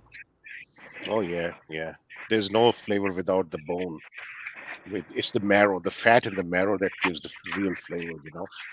Even when I get them, Oh so yeah. I actually ordered Wagyu beef on with the bone in, and I get the whole block, and then the butcher cuts it to my specification, which is 3-inch thick steaks. And the bone is the best part of that steak when it's done proper on the coals. So I eat the bone first, the meat around the bone. That's the yummiest stuff, and then Yep. I converge my attention, full attention, undivided attention to the rest of the meat. There's one part on the steak, the cap on the tomahawk. If the cap has not been taken off, that is the super most flavorable part of the meat. Oh, they're good.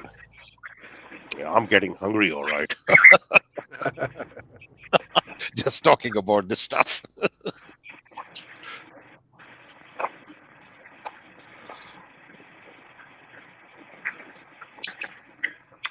There's shrimp tonight for me. No steak.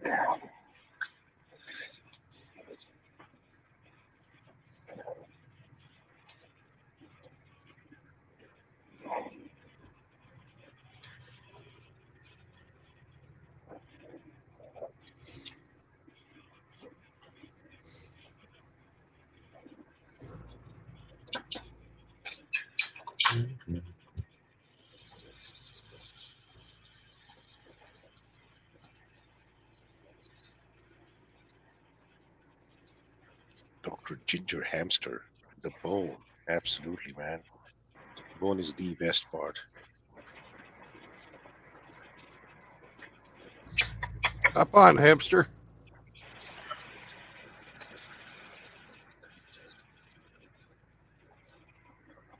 I have some hamster on the barbecue. Oh no. Well, this one would he'd feed your whole family for a week.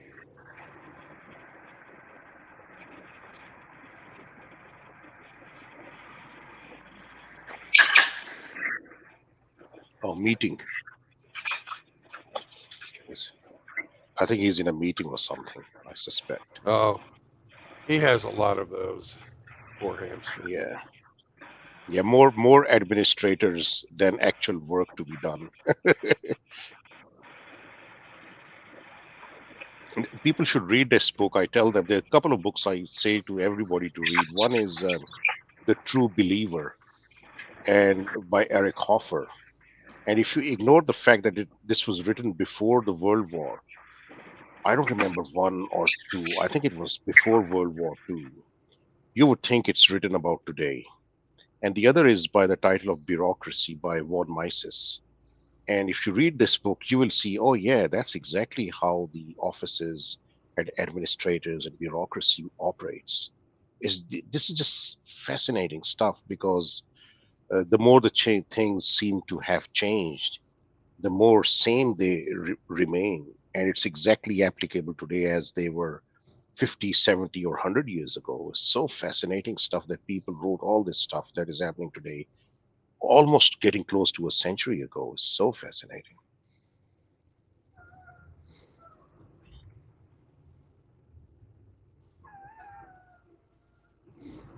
Especially this book by Eric Hoffer. He says somewhere a movement, and he's talking about in this book why movements gain traction and how common people you would expect to use common sense fall victims to it and start becoming possessed by the movements or the ideologies. And it's applicable whether it's religious or non-religious. And he says somewhere something along the lines of a movement may not have a god with a big G, capital G, but it is never godless with a small g. And that's such a profound statement. And if you look around all us, like all these social justice warriors and Marxists and socialists, you see that exactly. There's not, and when I'm talking to all these socialists and all these, I see, like all the stuff that you're saying, full of resentment and hatred, that you're absolutely right and everybody else is absolutely wrong. There's another group. which does exactly the same thing. Do you know who that group is? And I say, who's that? Who's that? As it is the Muslim extremist fundamentalists, because they too truly believe that they are absolutely right, and nobody else has the right to disagree with them. And you're doing exactly the same thing. There's not much difference, although you have no God, but you're no different from them because you created your own idols, your own gods. And don't get me wrong, I'm a Muslim myself, so I'm not saying, oh yeah, yeah, all Muslims are terrorists, yada yada yada. What I'm saying is every religion, every system of belief, whether it has a God or does not have God, can become fundamentalist and extremist, and we see that happening today in form of the socialists and the Marxists and all those people. Yeah, that's for sure. But that's also nothing new, you know. Absolutely, could not agree more. Could not agree more. This is human history, actually, if you look at it, part of human condition, and the wisdom consists of not exceeding the limit. But therein lies the rub.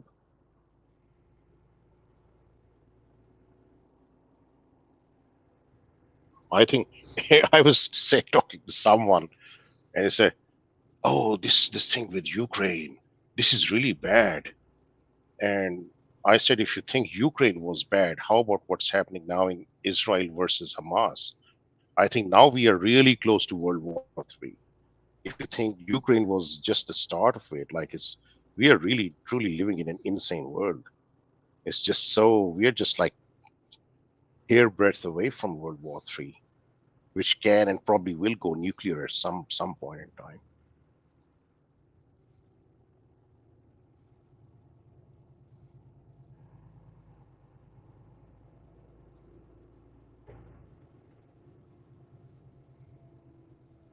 We got one, two, three, four policemen for a single car accident. Hmm. Just because there was a girl.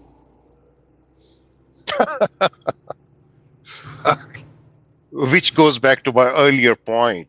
It's man's nature to run and rush to help especially the females, and that's a natural instinct in itself, in its own right. There's nothing wrong with it.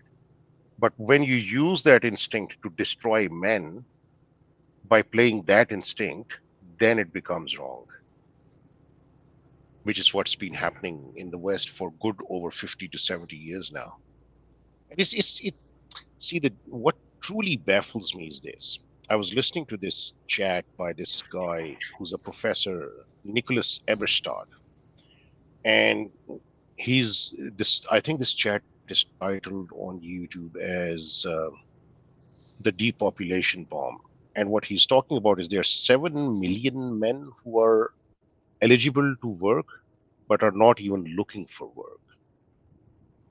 And Right. oh, it's men are not interested, and this and that. Now hold that thought for a moment. His wife, Mary Eberstadt, she is a speaker on conservative values, and she gives lectures and writes on the fact that sexual revolution has actually destroyed society, and that's why men are dropping out, and we are beginning to see the onset of collapse of society. They're husband and wife, and yet Mr. Nicholas Eberstadt does not connect the dots that what he's talking about, that men are not participating in workforce, is actually because of what the society has been doing to men for 70 years. And that's truly mind-boggling. They live in the same house, and yet they are like galaxies apart. The disconnect, the intellectual disconnect is like truly mind-boggling there. That society is unable to see that what we are seeing is actually the inevitable result of what we've been doing to our own men. And yet we are continuing to do that. There's no end of this calamity in sight. I mean, yeah, it's a start, reversal of lifelong alimony and mandatory, DNA testing for fathers. But like I don't think we will see the reversal of this in our lifetimes. Well, you look at any system where um, one group has been allowed to dominate the other group, and there's never Hmm. a voluntary relinquishment of that Yep, power. absolutely. Could not agree more. Absolutely. Sad. It's sad. It's just, that's also human nature. It You is. hold It on to is. what you got, right? Yeah. So everything that would make life better for men is going to be fought tooth and nail for decades and decades and decades if it's going through the normal process. Hmm. And if that process is assumed to be neutral and benign, Hmm. and that's where I differ with a lot of people is I don't assume that the process is neutral and benign. I assume that the people who are doing the oppressors are the ones in charge. Hmm. So I don't believe that real meaningful change will happen. I think change will be just enough to get men willing to sacrifice themselves again. Hmm. The comfort level went too far towards the Yep. female. Yeah. They overreached. And yeah. Yep. Absolutely. Could not agree more. And the funny, see, another quote, and forgive me for quoting these books and all this stuff. Like in another Uh, book, Eric Hoff no, has that's stated no need to apologize for every any of that. yeah, every great cause begins as a movement, becomes a business, and eventually degenerates into a racket. Again, part of human condition. And I think with passage of time, we'll see more and more men dropping out of the society. We will just stop participating in society, and we're starting the beginning of that, already. It's Yeah, yeah, like you driving a truck away from an office, not participating in any romantic relationship, and we're seeing more and more men. Hey, here's a kicker: how the change will come. And I'll give you a bit of an insight. Do you have any children by any chance, Brandon? yeah. I've got three. And how old is the youngest? They're past The teenage or youngest, the youngest is 17. 17? Okay, The so oldest my is son is the now oldest 10. is 24. Okay, so my son is almost 10, and here's how the change will happen, and you will appreciate it. He was, I think, 7 when we were watching a movie together, and he suddenly turns to me and say, "Baba, why do girls get all the credit?" He was absolutely unprepared for that question. And I looked at him and said, "Well, I don't know. I guess we'll have to have a conversation about that." Anyway, we dropped it. And then fast forward a few months. And then he turns to me and says, "Why do they call all men evil? It's the men who are protecting everybody. And men do anyways what women tell them to do." And I said, "Wait, where did you read or hear that?" And he said, "I just know." And I have never had any of this conversation. I thought he was too young. Apparently he wasn't. So so so this is this is trickling down, and now the kids on this who were born within last 10 years, they're registering. Some of my daughter, she's 14. She said that to me. Baba, why everybody's demonizing men? Because you look at around, it's the policemen who are dying to protect women and children and to keep the society safe. And I said, "Well, what do you think?" And she didn't say anything, but she's registered somewhere deep inside her psyche that something is really wrong with society. Does it make sense? So you can Yeah, push bullshit that far, but eventually people will start calling it for what it is.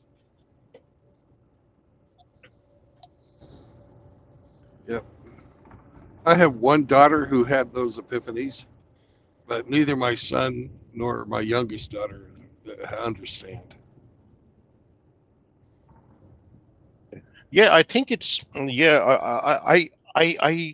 I think there's a lot of biology also at operation here, because my analysis is the one of the most powerful instincts in female psychology is actually fear, and they want security in every form and iteration. Men also have that thing. Don't get me wrong, but the level at which it is triggered and activated is different from females.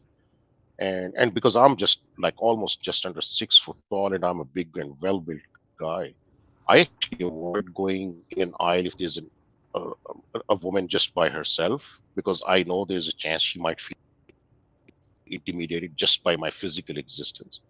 And I just don't want any drama. I just, go somewhere else. It's been over 10, 15 years that I ever stopped or asked a woman, can I help you? Because I just don't know what the response will be. And I feel sad for it, but hey, self preservation trumps everything else.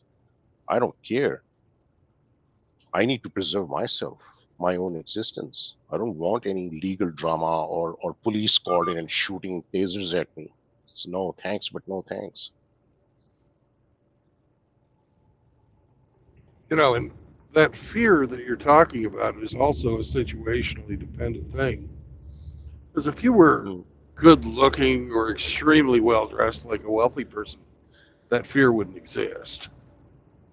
Oh, yeah, no, no, no. I'm not that good looking, but I am in the top 5% of men who make money. But I just don't, and I know when I'm dressed up, like I draw a lot of attention. I just don't want that attention, even in the best possible manner. I just want to avoid all the attention because it can just spell Oh yeah. disaster for me like 3 months down the line. I, Oh, I'm I'm, not I'm saying that because you do that. yeah. I'm just saying that female nature is Oh, is I is agree with that. us. I fully agree with that. And You I'm you agreeing could be a with you. complete toad and wearing an Yes. Armani suit, and you're attractive. Yeah. Oh, yeah. Yeah. Especially if they see you, and they perceive you looking at you. Oh, okay. He is well placed. So, and that's all she needs. You can smell a female attention, female giving you attention from a mile away, just like a female can smell attention from a man from a mile away. And over due course of time, I've become very sensitized because for me, too much is at stake. So I make sure I steer clear of all these situations which could get me into a potential for any romantic involvement. And at workplace, women I know from my work, I'm perfectly fine with them. But even with them, I'm not, interacting beyond a certain frame. And that is what the survival is. Self-preservation is.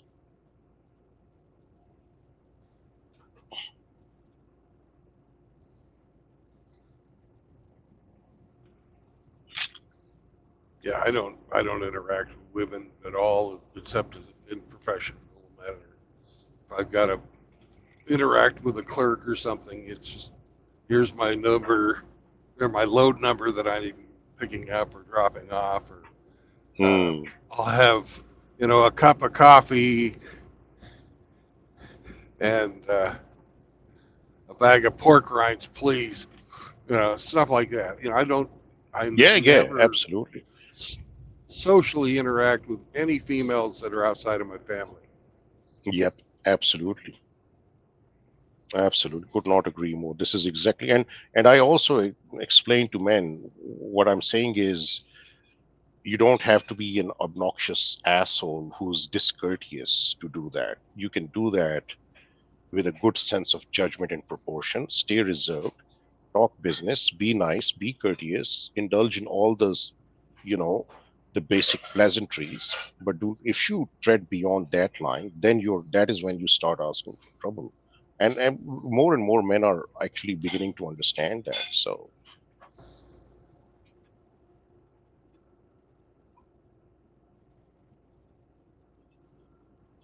and to see the trend of change in society is immense.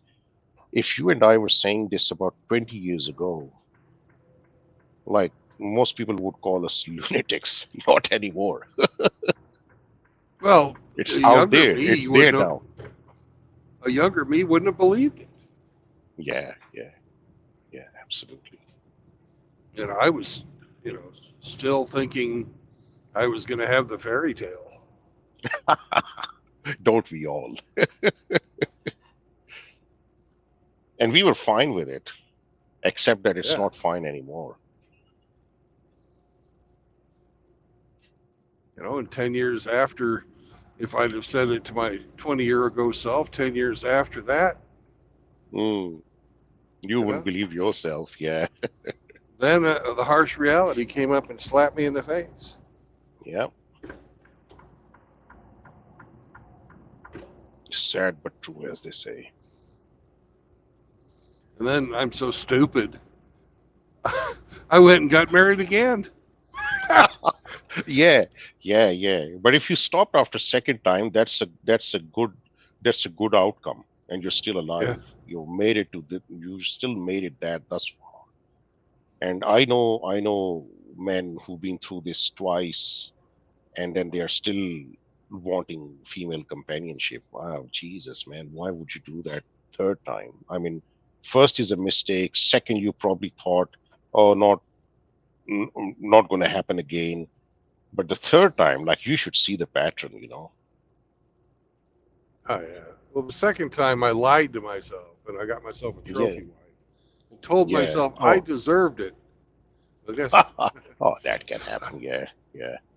We all Yeah. make mistakes like that, and yeah. But I'm just glad. I'm just glad I've got three kids, and I'm very happy with that. My life revolves around them, and they're very my so my first divorce was in Pakistan, so that was not nowhere near horrible as this one. This one, like, almost completely destroyed me. um, but I still got two kids out of this marriage, and I'm very, very pleased. I would do it all over. Someone asked me, would you do it all over again? I said I would do it all over again, except at this time I would not let mommy take the kids with her. That was the only mistake I made. Everything else I sorted pretty smart and pretty well. Yeah.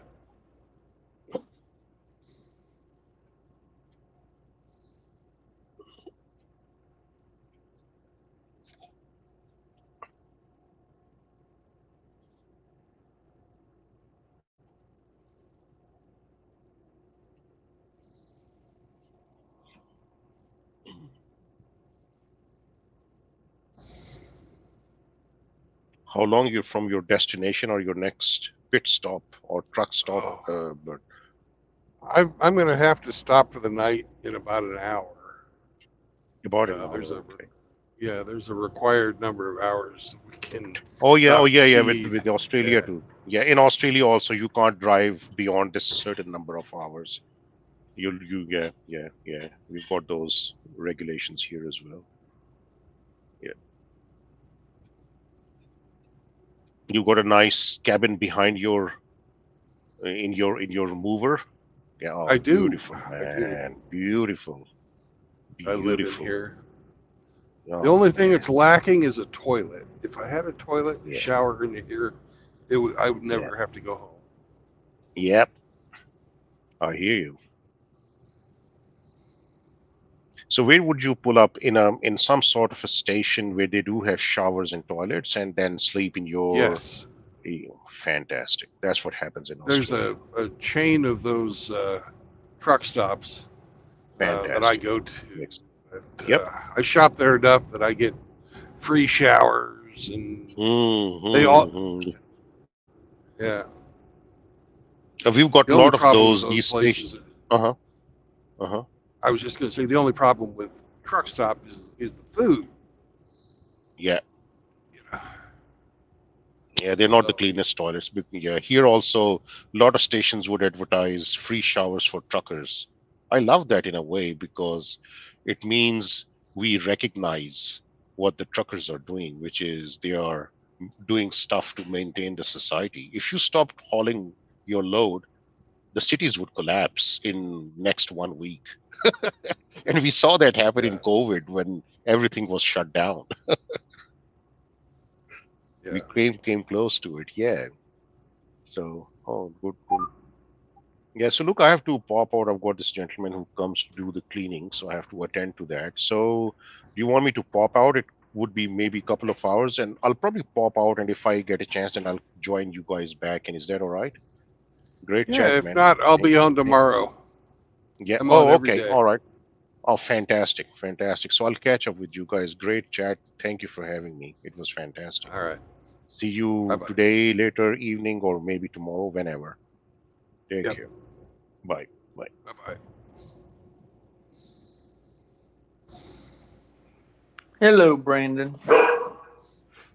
Hello, Chloe. Hello, Grinch.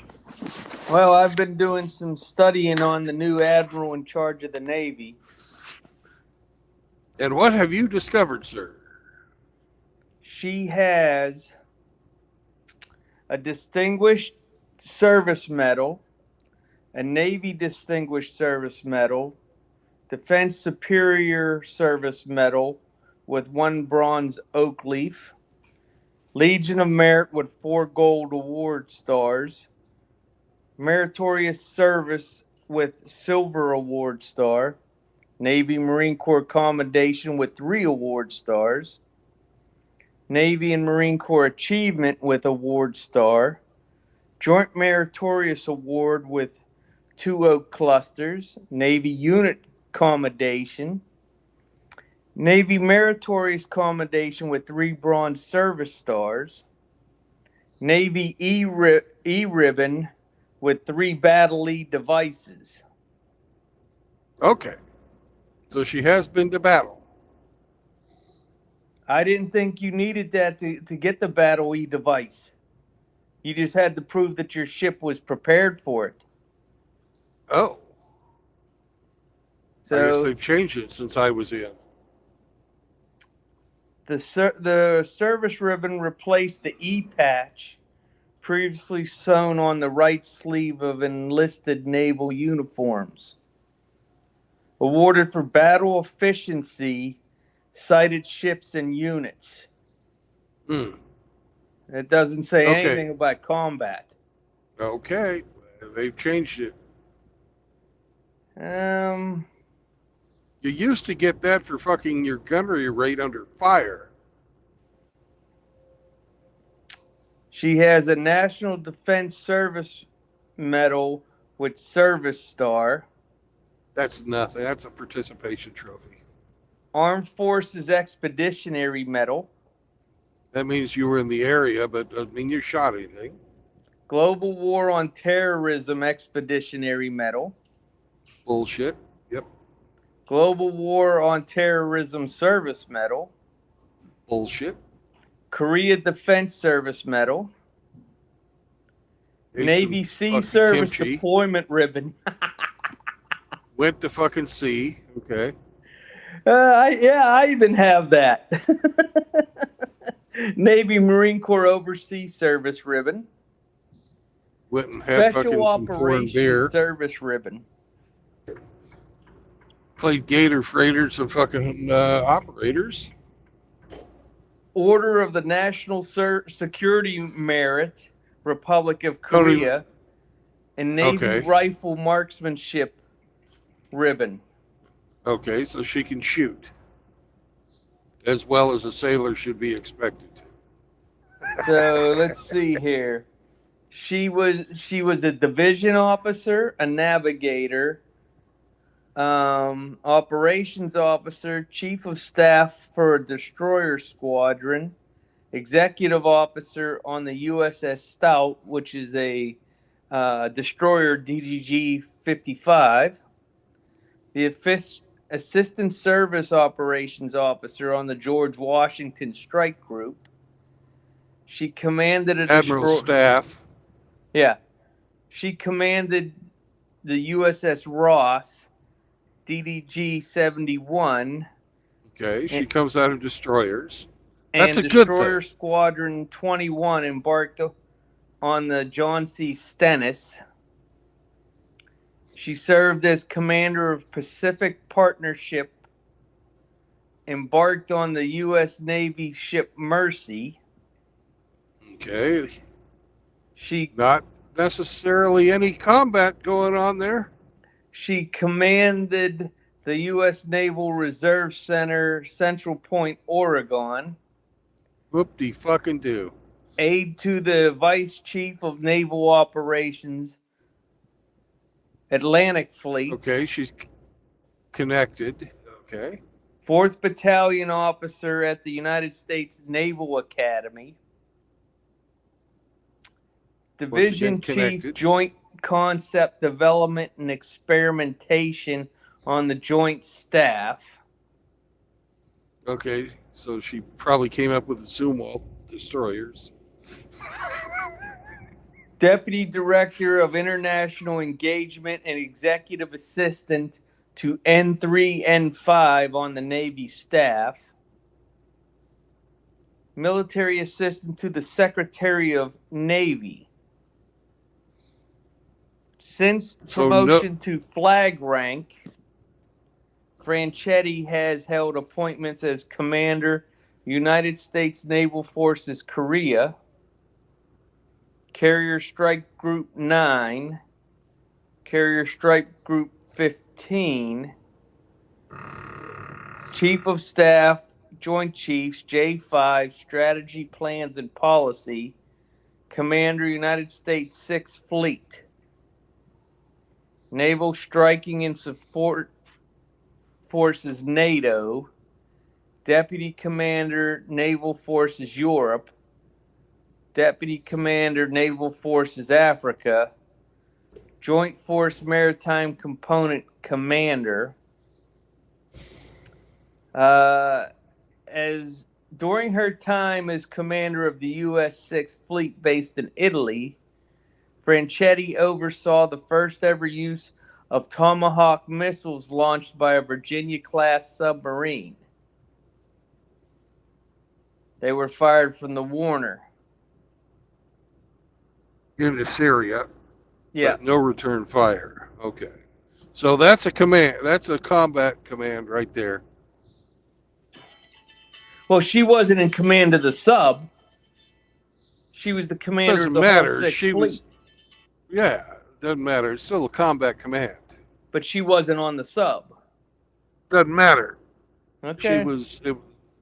She was in charge of leading men into battle, even though the guys they were shooting at couldn't fire back.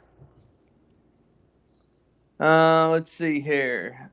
In 2020, nominated as Deputy Chief of Naval Operations for Warfighting Development. Nominated for promotion to Admiral and appointment as Vice Chief of Naval Operations. And then Biden nominated her to replace Gilday as Chief of Naval Operations and was confirmed November 2nd, 2023.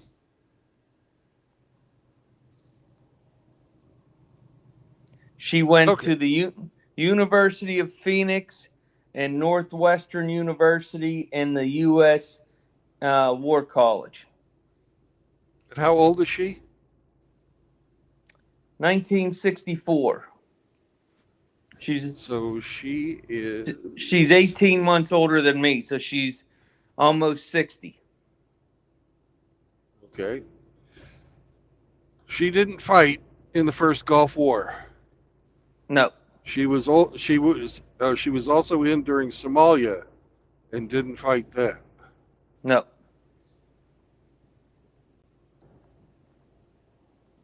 I know many guys my age who didn't make chief because they didn't fight in the first Gulf War.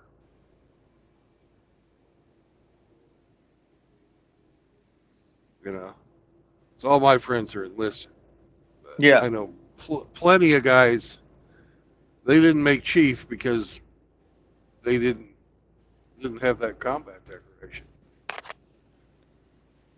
So at least this chick's got a combat decoration. Better than that fucker who are the Air Force or the Joint Chiefs.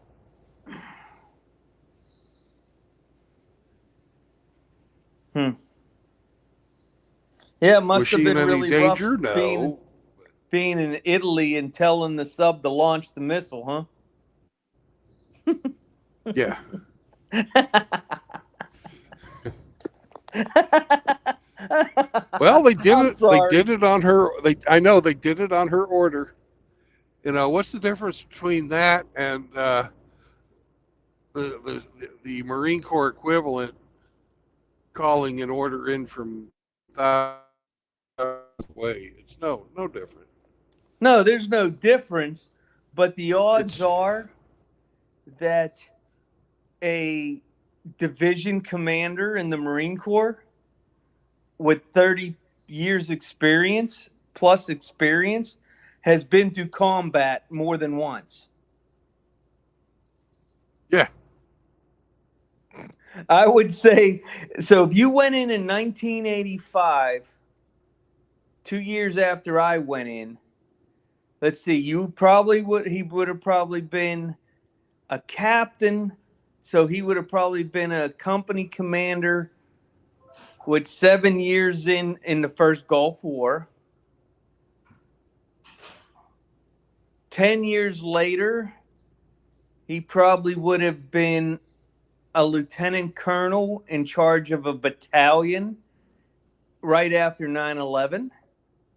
Maybe got promoted real quick after a combat tour to colonel, and now he's a regimental commander. Yes, the odds are that once you got that star that they had combat experience. Yeah. Not to well, say in the all the Navy other when I little was in, things that they do. if you didn't have the combat experience by the time you were ready to get promoted from commander, Yeah. uh, they'd put you on a fucking brown shoe track. You could still make captain, you could still make admiral, but you'd never ever get a combat command after if you hadn't been in combat by the time you were commander. Yeah. Because aggressive people seek out combat commands, Correct. you know, and to hear a fucking destroyer captain makes admiral without, combat command, the most aggressive fucking ship in the Navy? Come on. I get it. I get it. You know, a good friend of mine is a retired colonel from the Army. And he was a platoon commander in Vietnam and a company commander and worked his way all the way up. And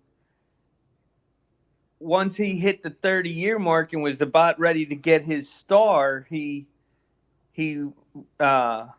requested, put in his resignation instead and pulled his packet. He said he had enough because once he got that star, it would have been years before he might ever have a chance to command troops again. And that's what he loved to do. So, hats off to my man Phil. He didn't want to be a politician. He wanted to be a commander. And now he's 80 years old and in still better shape than me. Good man.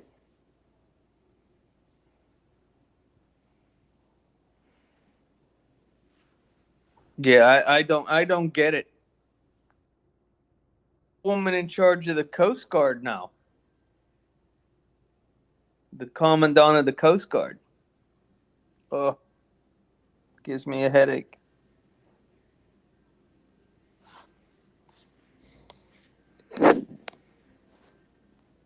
Hey, St. Troglodyte's here. Welcome.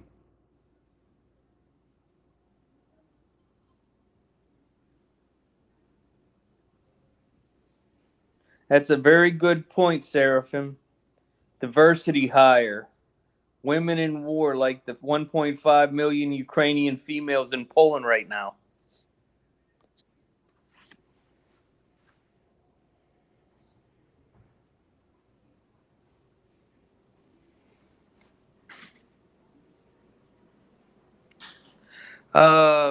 Breaking small dog stereotypes is in the back, sir. Oh, that's Hemi. Yep.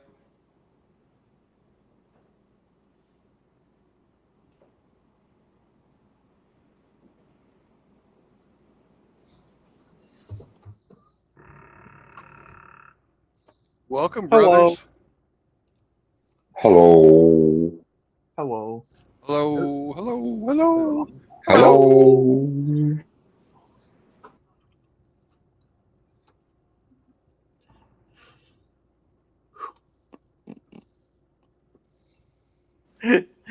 Moki Alex asked the question, Brandon. I would imagine you have the answer for this. Let's see. Is fag-tow a thing? Unfortunately, yes, it is. Fag-tow. Fagtown. Fag-tow. Massachusetts mentors going their own way. Oh shit. I don't remember who exactly used MGTOW, but I've picked it up. I put it in one of my videos.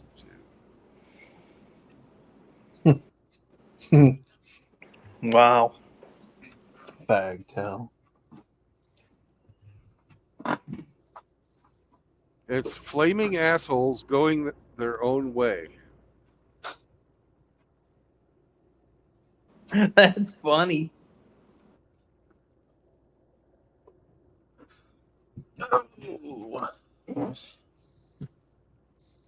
What's up, troglodyte? Seraphim? Troglodyte said he wished they would go their own way. Yep.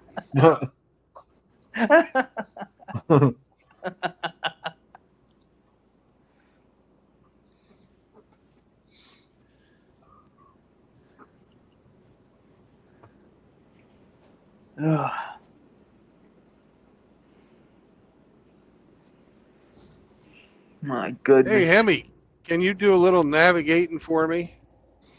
Yeah, sure. On Highway 99, exit 85, there's a Love's. Can you check to see if there's any parking? What's the nearest town it's called? I have no idea. Oh, fuck. Bakersfield. Bakersfield? It's north. It's north of Bakersfield. And that's still in California? Yeah.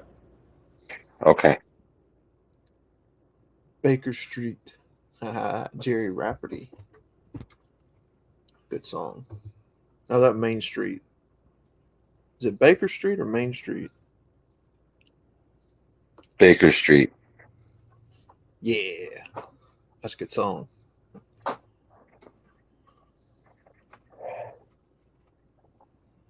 What was I thinking of? That song here on Main Street. Yeah. My guess is it's filling up because this pilot that I'm going by is filling up. Highway 99. What was the exit, Brandon? 85. 85. Okay.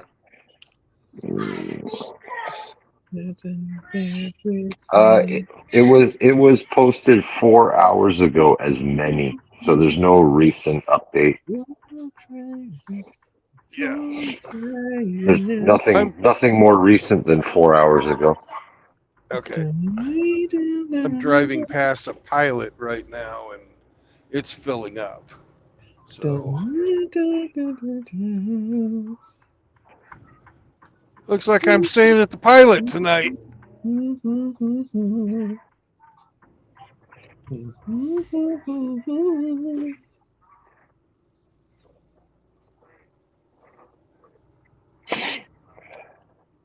Yeah, that sounds good. Sam will love all them diesel fumes and wide open spaces to walk.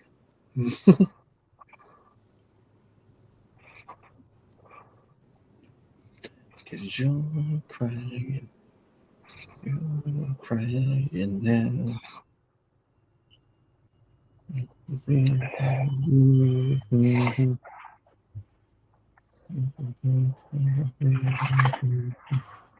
Yeah, the fans in it. They're terrible. I know. I have to change them. One of them.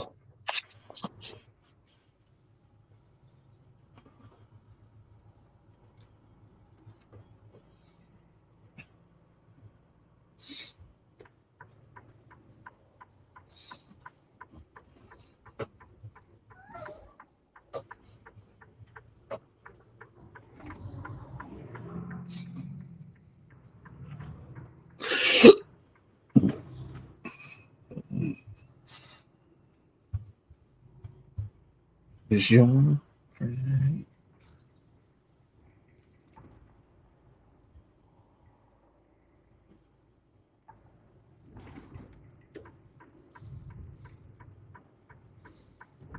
Oh, you stuck your nose out far enough, man.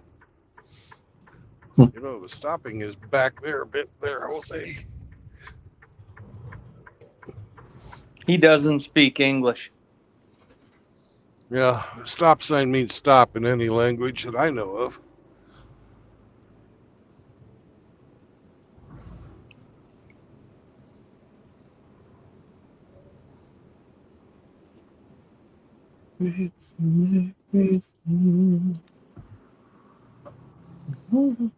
Sam will be on guard duty tonight. Sam is going to be on guard duty every night. Mm-hmm.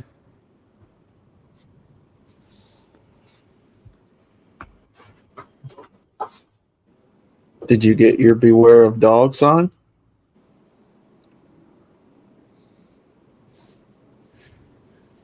No, but I Are you- should. Mm-hmm. That's a good suggestion.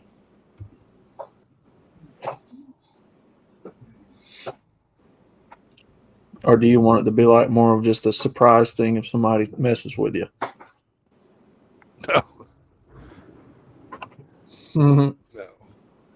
Would that sign work if it was a husband and wife driving team? Yes, actually. Depends on the wife. But yeah. She probably wouldn't like it, but he would. Red and purple. So purple chewies. Mm. No water. We have no water.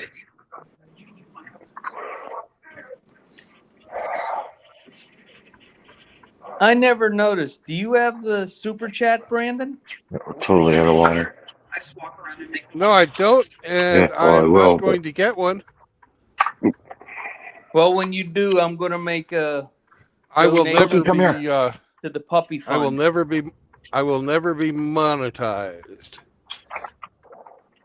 on purpose. Cookie, come here. The purples have to be this.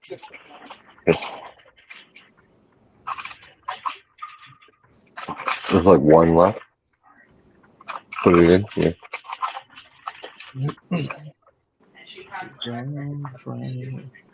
Yeah, tomorrow's last day.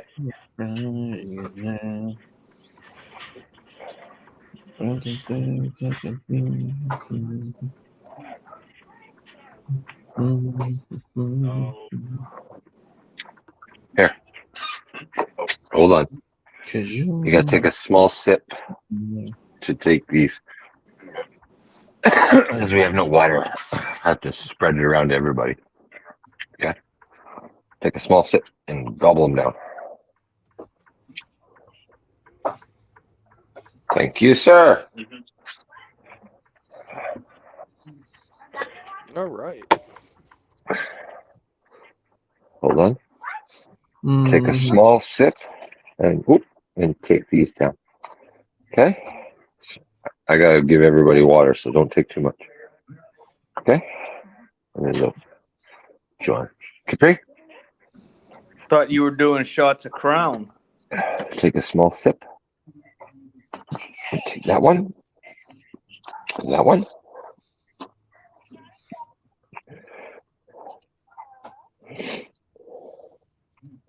Good job. Did it go down? Let's see. Ah, good. And you can chew on those.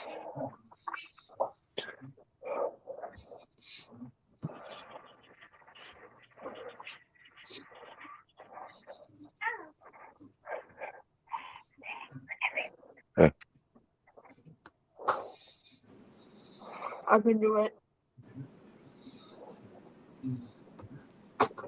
I'll just use a toothpick. That's easy. What, to Yeah, take it use a out? toothpick.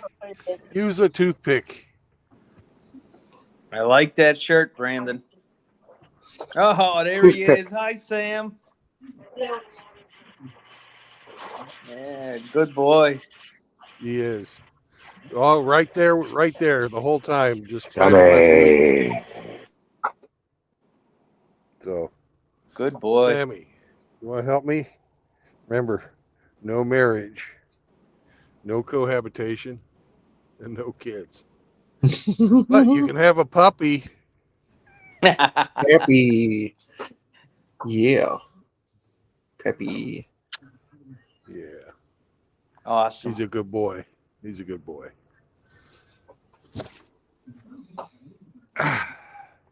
You don't want to jump from up there, bud.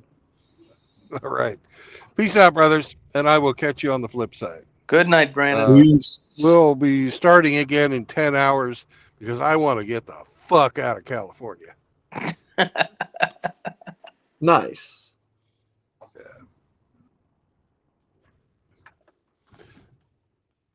Peace out.